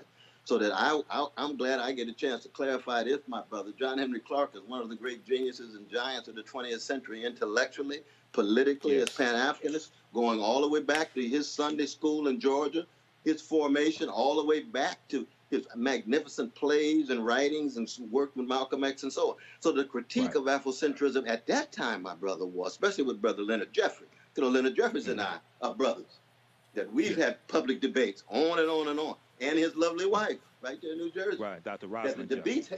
But the issue had to do was, what was the role of Jews in the slave trade? And that was the issue that got Brother Leonard in such deep trouble, because he made the claim that, one, you must keep track of the role of Jews in the slave trade. He's right about that. Jews did play a role in the slave trade. The Lopez family in Rhode Island, for example. But then the question became, what was the scope and the breadth of it? What was the scope and the breadth of it?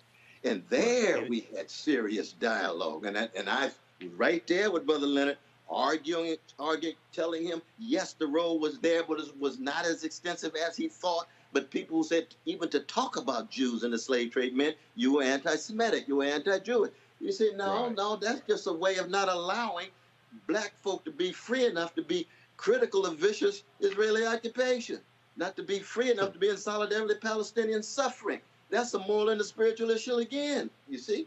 So we can't allow any of the critics to dampen our fire and not allow us to be free enough to think for ourselves. Now, Brother Leonard, Professor Jeffries was thinking for himself. We just happened to disagree. So we had public conversations about it.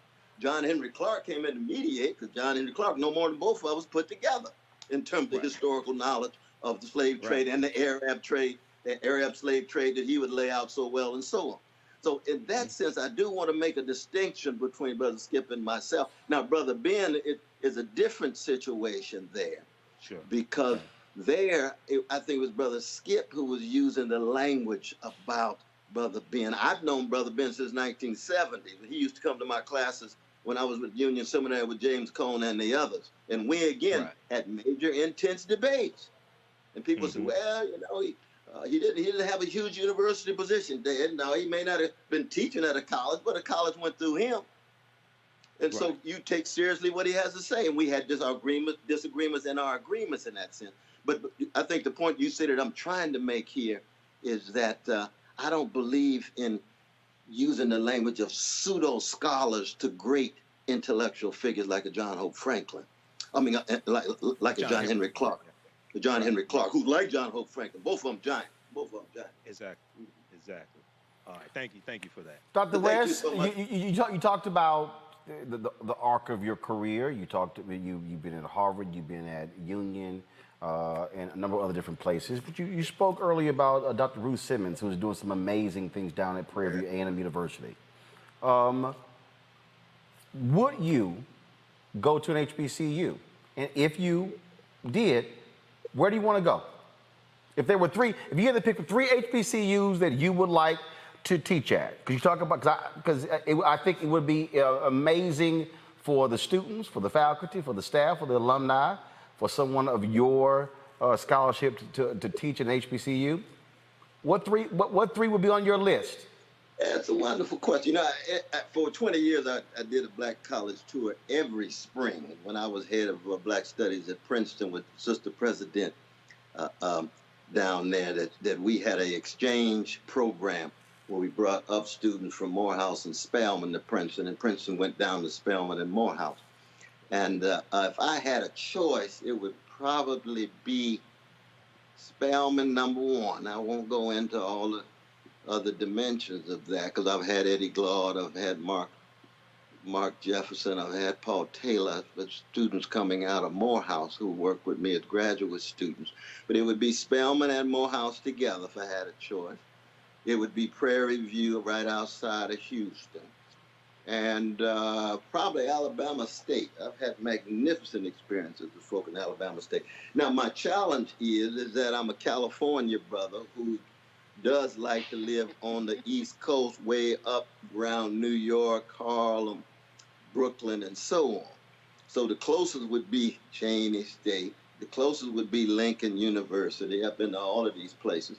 And I must say, Howard, I love so deeply. I mean, brother, Professor, Dr. Reverend Bernard Richardson has had me for 31 years to speak every spring at the Howard University Chapel, the Rankin Chapel. And so I have a very rich relationship with the students and faculty there every April for over 30 years.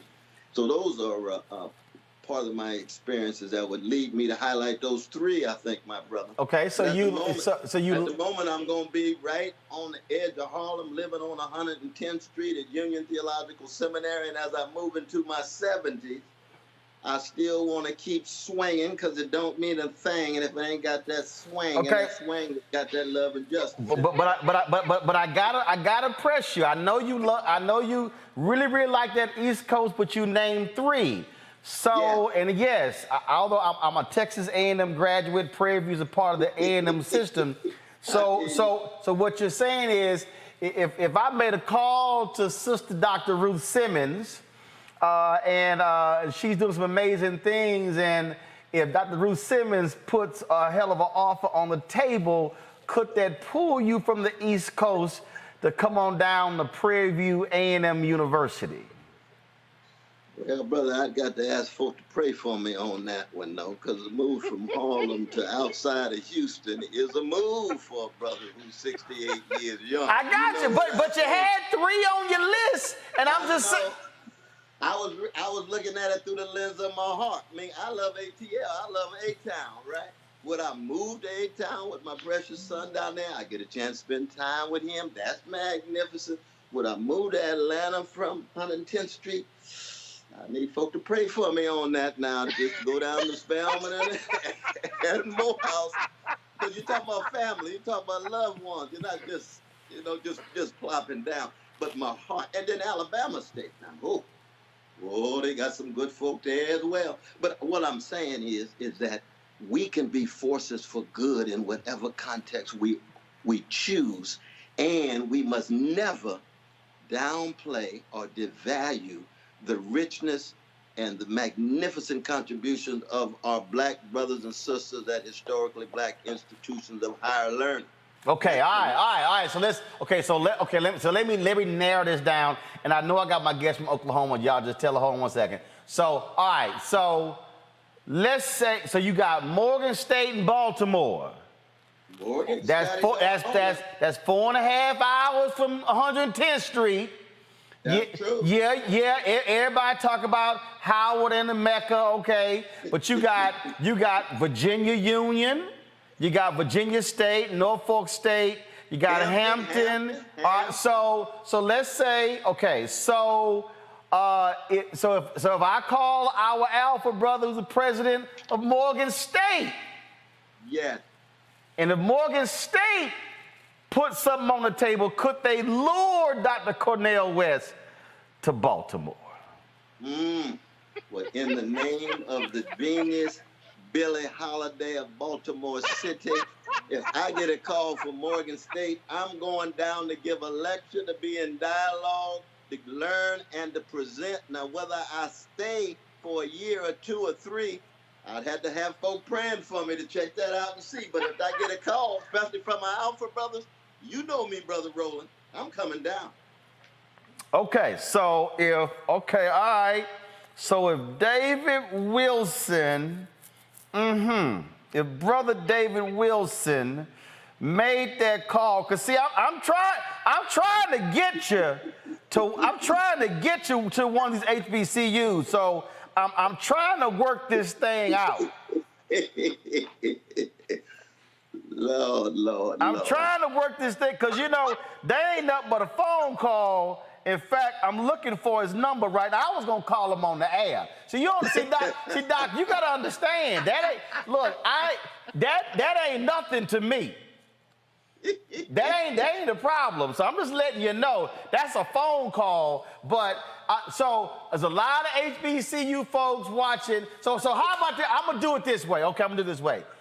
If y'all are Morgan State graduates of fans, Prairie View graduate states of fans, Alabama State, and I'll throw in Morehouse Spelman.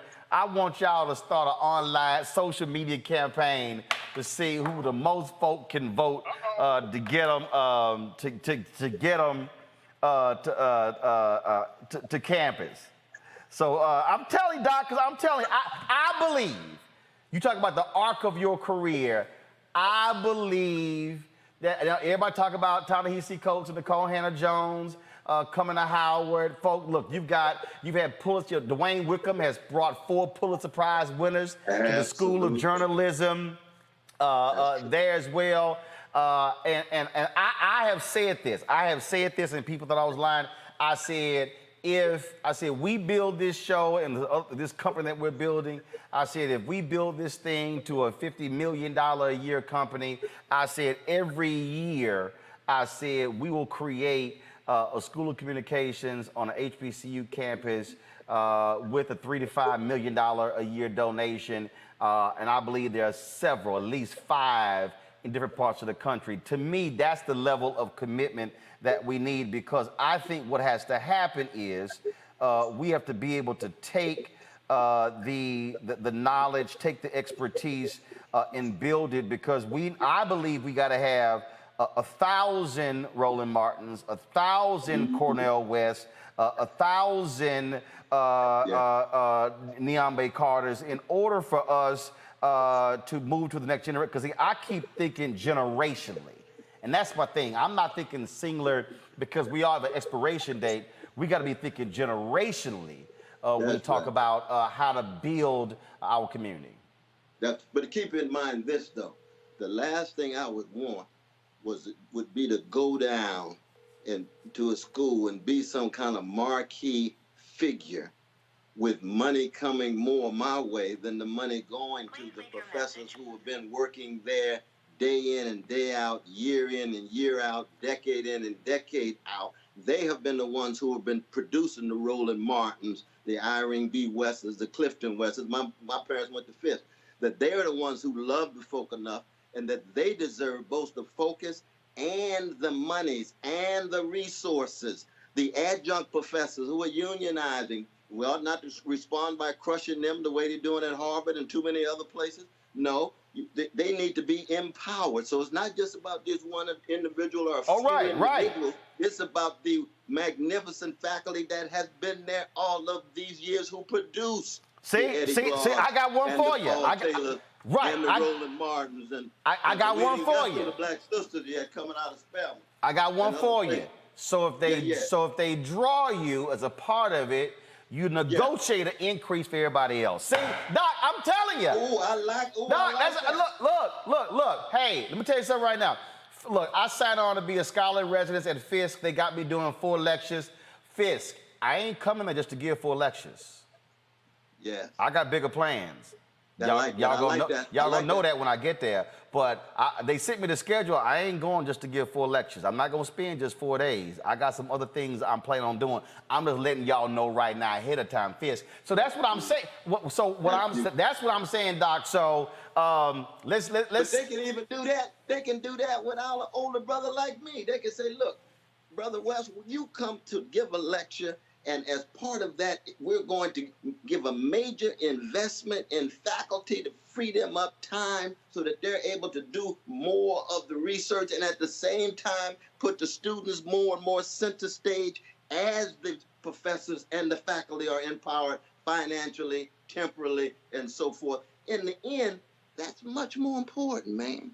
Yeah, I agree, but you gotta admit it's a different thing. That look, stars are stars, and let's just be real, Doc. I know you humble and all that, but let's just be. Come on, let's but just. You know, Sly Stone said everybody is a star. Bootsy No, said star. that was a song. Even Sly Stone knew everybody ain't no star. Because everybody can't, everybody ain't everyday people. Well, no, Sly understood everyday people meant everybody who come out of their mama's womb and gonna die, and the worms gonna get them. That's everybody. I don't care how That's much money true. you got. I don't care what your status is. You an everyday person, and you a star because, in fact, stars actually are able to shine. Everybody can shine. I agree 1,000%. This little light of mine, I'm gonna let it shine. But even Sly acted like a star. Well, that's what partly got him in trouble. The geniuses have all kinds of different challenges. But you're right. But I'm with you though, brother. I'm with you. Don't get me wrong. We agreeing with the everyday people and the fact that certain visible people can cast a light in such a way, as long as the light is not on them. That's the crucial thing. You got to get beyond the narcissism and the egoism and say, who's going to serve the people? Who's going to sacrifice for the people? We got a major event coming up right now for the former H. Rat Brown, right there at the prison in Tucson, Arizona. He gave his everything. He sacrificed everything. He has been a star. You don't have to agree with him politically and ideologically to know his love for black people has been overwhelming. Where is the focus? Where is the spotlight? What goes into the making of a Imam Amin? That's his name now. And I've just written afterward for the book that's come out for him. But he's just one among many of the voices that deserve the spotlight, crucial spotlight. And he's a product of black colleges as well. Revolutionary that he is. Love that brother. I do. Real quick, I got to get your thoughts. A couple of things. I have my guest from Oklahoma next. Please, y'all, let her know that I cannot get to her. Doc, I got to get a quick comment from you. But also, breaking news: legendary rapper and DJ Biz Markie has died. I texted his wife, and he has passed away. And so I wanted to give that news to our folks real quick. Of course, there were reports saying he died about 3 weeks ago. I had to shut those down. He had not passed, but his wife did just text me back, and Biz Markie has indeed passed away. Doc, I need to get your thoughts on these crazed white folks in this country over critical race theory and how they're using it for the purpose of trying to take anything with diversity and tie it to that because they want to shut anything down dealing with race and diversity. Brother, I believe we're all fallible human beings. No one of us have full possession of truth, capital T. But anytime free black people raise their voices, you're going to get white backlash. And Sister Nicole Hannah-Jones, she's a free black woman. She's a brilliant woman. The way she's been treated is despicable.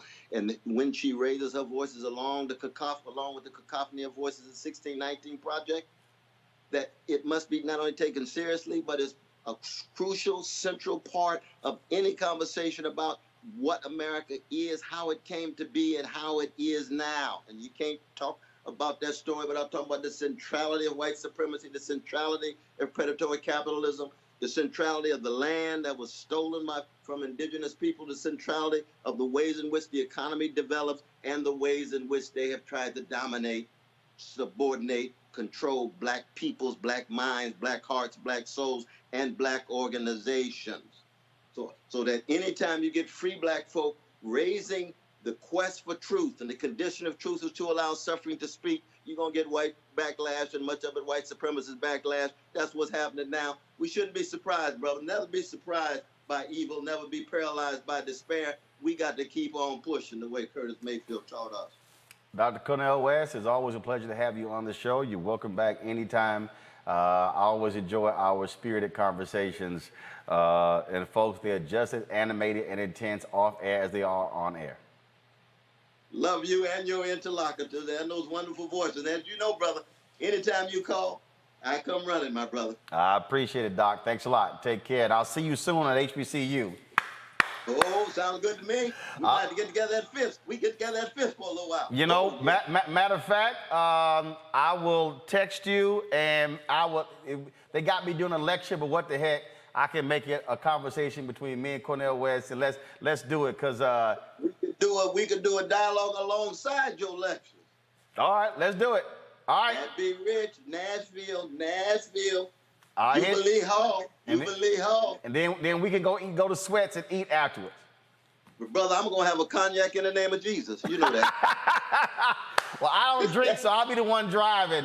That's cool. And I just gotta remind you real quick, y'all don't realize in Houston, playing the Million Man March, y'all. We went out to dinner. Y'all was the most unbelievable dinner at Denny's. So it's Dr. Cornel West. It was the Nation of Islam, the Lost Nation of Islam, NAACP, me, and y'all. It's 3 o'clock in the morning. Driving back to the hotel. I got a Mazda Miata, top down. It's hot. Dr. West dressed just like this, afro blowing in the wind, and we have an amazing conversation in that Mazda Miata. So y'all trust me, this is always the case. Doc, I appreciate it. Indeed. Love you, man. God bless your family. Love you, my brother. You take care. All right, then. As I just said, folks, breaking news. Biz Markie, the legendary rapper and artist, he has passed away. Over the last few years, he has suffered significantly with health issues. He'd been hospitalized since last year. It was 3 weeks ago when reports came out that were absolutely wrong. Revolt TV posted that he had died. He actually had not passed away. I had talked to his wife that night to refute those, but just a few moments ago, while during the middle of that conversation, I sent a text message at 7:58 to his wife, and I text, folks are telling me Brother Biz has passed. I'm live on the air and can't call, just checking on the status. And her reply at 8:09 was simply, he's gone.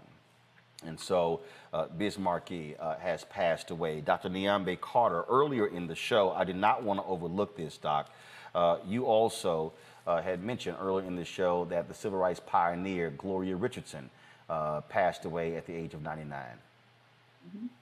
Absolutely. I mean, what she did for Maryland, this country, I mean, her name doesn't necessarily come to most people's mind, but I mean, she's an icon. I mean, she looked Jim Crow, terrorism, white supremacists in the face and literally pushed their guns out of her face. So Gloria Richardson, I mean, is an icon. And also Biz Markie. I think Biz Markie, when I think of him, I just think of joy, just unfettered joy. He was a great rapper. He was a great DJ. He brought us fun songs at a time when things were really serious. I mean, he was just, invaluable to so many of us and to so many communities. So my condolences to his family at this time, because I'm sure it is already difficult to mourn the loss of such a great person. But when people were speculating about his death, given his health challenges, I'm sure it was particularly difficult. So my condolences to them, and my condolences also to the Richardson family, and really to many of us who lost someone who was just an amazing person. We talk a lot about folks who are artists, and we talk about losing somebody so young. And Michael Imhotep, Biz Markie was 57 years old. Right. You know, I remember when Biz Markie, came out. I was in high school. You said he's just a friend, and the Vapors and things like that. And then he was a DJ as well. And we've lost a number of hip hop artists and people from that era, the 80s, the 90s, Shabba-Doo, Biz Markie, the brother from Houdini. We've seen this DMX.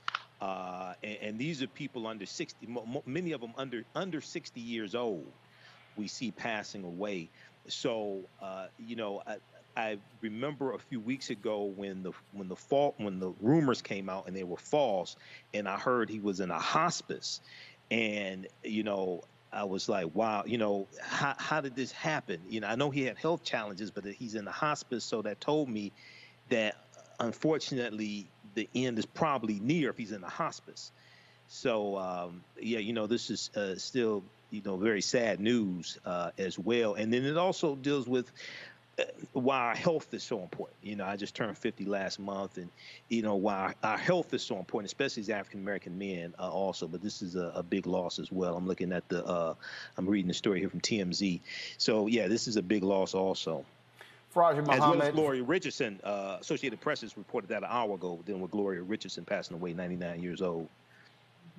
Faraji Muhammad, he had suffered from diabetes. He had lost a lot of weight, yet was still having those issues. And he was trying to be, you know, speaking to others, talking about the impact of taking care of themselves. When he got hospitalized last year, there were, of course, a lot of you know, stories out there, same thing. But he just never could really come back from those serious health challenges. No, absolutely. And, you know, correct me if I'm wrong, Brother Roland, but the report says that he died in a hospital here in Baltimore. Yeah, well, even last year, when he was hospitalized last year, so he's been in a Baltimore hospital in Baltimore for all of this time. So it's been more than a year. Because last year when he got hospitalized, it was during COVID. I remember I had called Dougie Fresh, and he and I were talking about Biz Markie and his health challenges, and so he had been in a Baltimore hospital for more than a year. Wow. I'm just going to add to what Brother Michael and Dr. Nyambi said. I mean, this is a big blow to hip hop. I listened to Biz Markie when I was a child as well. Just a Friend was kind of like, just like a banner. It was like an anthem. His what he brought to hip hop would kind of reminded me of what like ODB brought to hip hop. You know what I mean? It was just kind of like this very. I mean, I might be wrong in my comparison, but I'm just saying that he brought a like Dr. Nyambi said, you know, a lot of joy. He let us know he loved the music. He DJ'd, he produced, he acted. I mean, he was just a very colorful guy, just a great brother, you could tell. But I think that the bigger part about it is we're finding, and especially last year in 2020, we found that a lot of hip hop artists in particular were, you know, had gone, and some would say gone too soon because of the lifestyle and not taking care of themselves. And as Black men, one of the big things we did here in Baltimore, I was invited to be a part of a Father's Day, you know, early morning run and walk. And it was emphasized to us as Black men here in Baltimore that you got to take care of yourself. You got to go to the doctors. You got to check your colon and your prostate. And you got to do these things not just for yourself, but because families are dependent upon us to take care of ourselves. So I think that as we want to, you know, commemorate and celebrate the life, the legacy, the impact of Brother Biz Markie, we also have to start to really say, you know what am I doing for myself? I mean, type 2 diabetes is nothing to be playing with.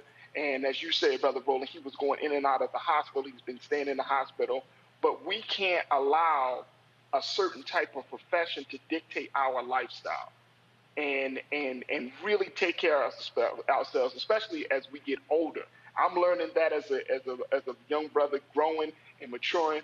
This thing is serious. Our health and wellness, all of the fame and the accolades, the money and any type of status and impact that we make, it's all well and good, but if you don't take care of yourself, you're not going to be able to enjoy the fruits of your labor. Well, so and we also have got to also realize, look at it with Black Rob, the lack of health care, the lack of health care. And so we have to realize also when we talk about these artists, what they don't have, especially artists who had hits back in the day, who all of a sudden now as they get on. They're not on labels, and so the lack of health care, which contributes to also not being able to have yourself checked out. And so it's a whole lot around the music industry. And again, we as fans, Niambe, we love the music, but we don't think about the life they're living after the crowd dies down, just like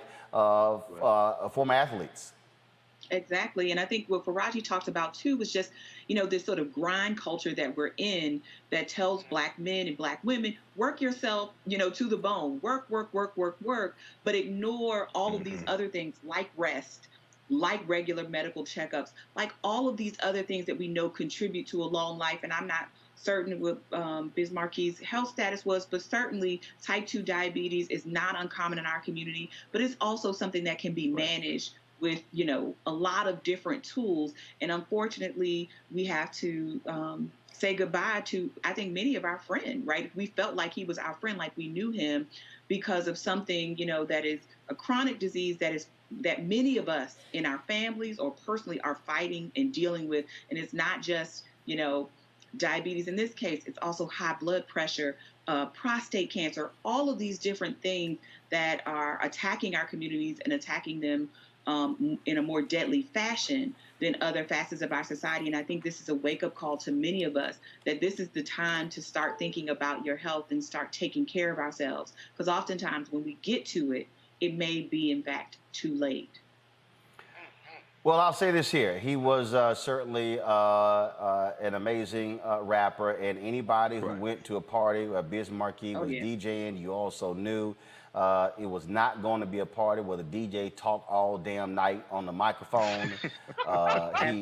He understood how to read the room, how to play the hits that people would love and appreciate. And so that was one of the things that I always appreciated about Biz Markie. In fact, I'm literally sitting here going through 8 years of Essence Fest photos, looking for a photo that we took at one of the parties, but that he was DJing, and that was just his thing. And so it was always great to see him. It was always great to see his smile. We had great respect for one another. He was a huge fan of mine, and vice versa. And so we lost Biz Markie, dead at the age of 57. Faraji, Niambe, as well as Michael, I appreciate all of you being on today's show. Thank you so very much. Thank you to all of our guests being here as well. I apologize to Carlos, who is, she was the sister on the Board of Education in Oklahoma. We will have her on the show on Monday if her schedule permits, because I wanted to make sure that she got enough time to talk about what they're dealing with there in Oklahoma. Folks, that is it for us. You can always support what we do here at Roland Martin Unfiltered by supporting us via Cash App, $RM Unfiltered. Venmo is RM Unfiltered. PayPal is R Martin Unfiltered. Zelle is Roland at RolandSMartin.com. And that is it. We'll have more on the life and legacy of Biz Markie on Monday's Roland Martin Unfiltered. Until then, take care.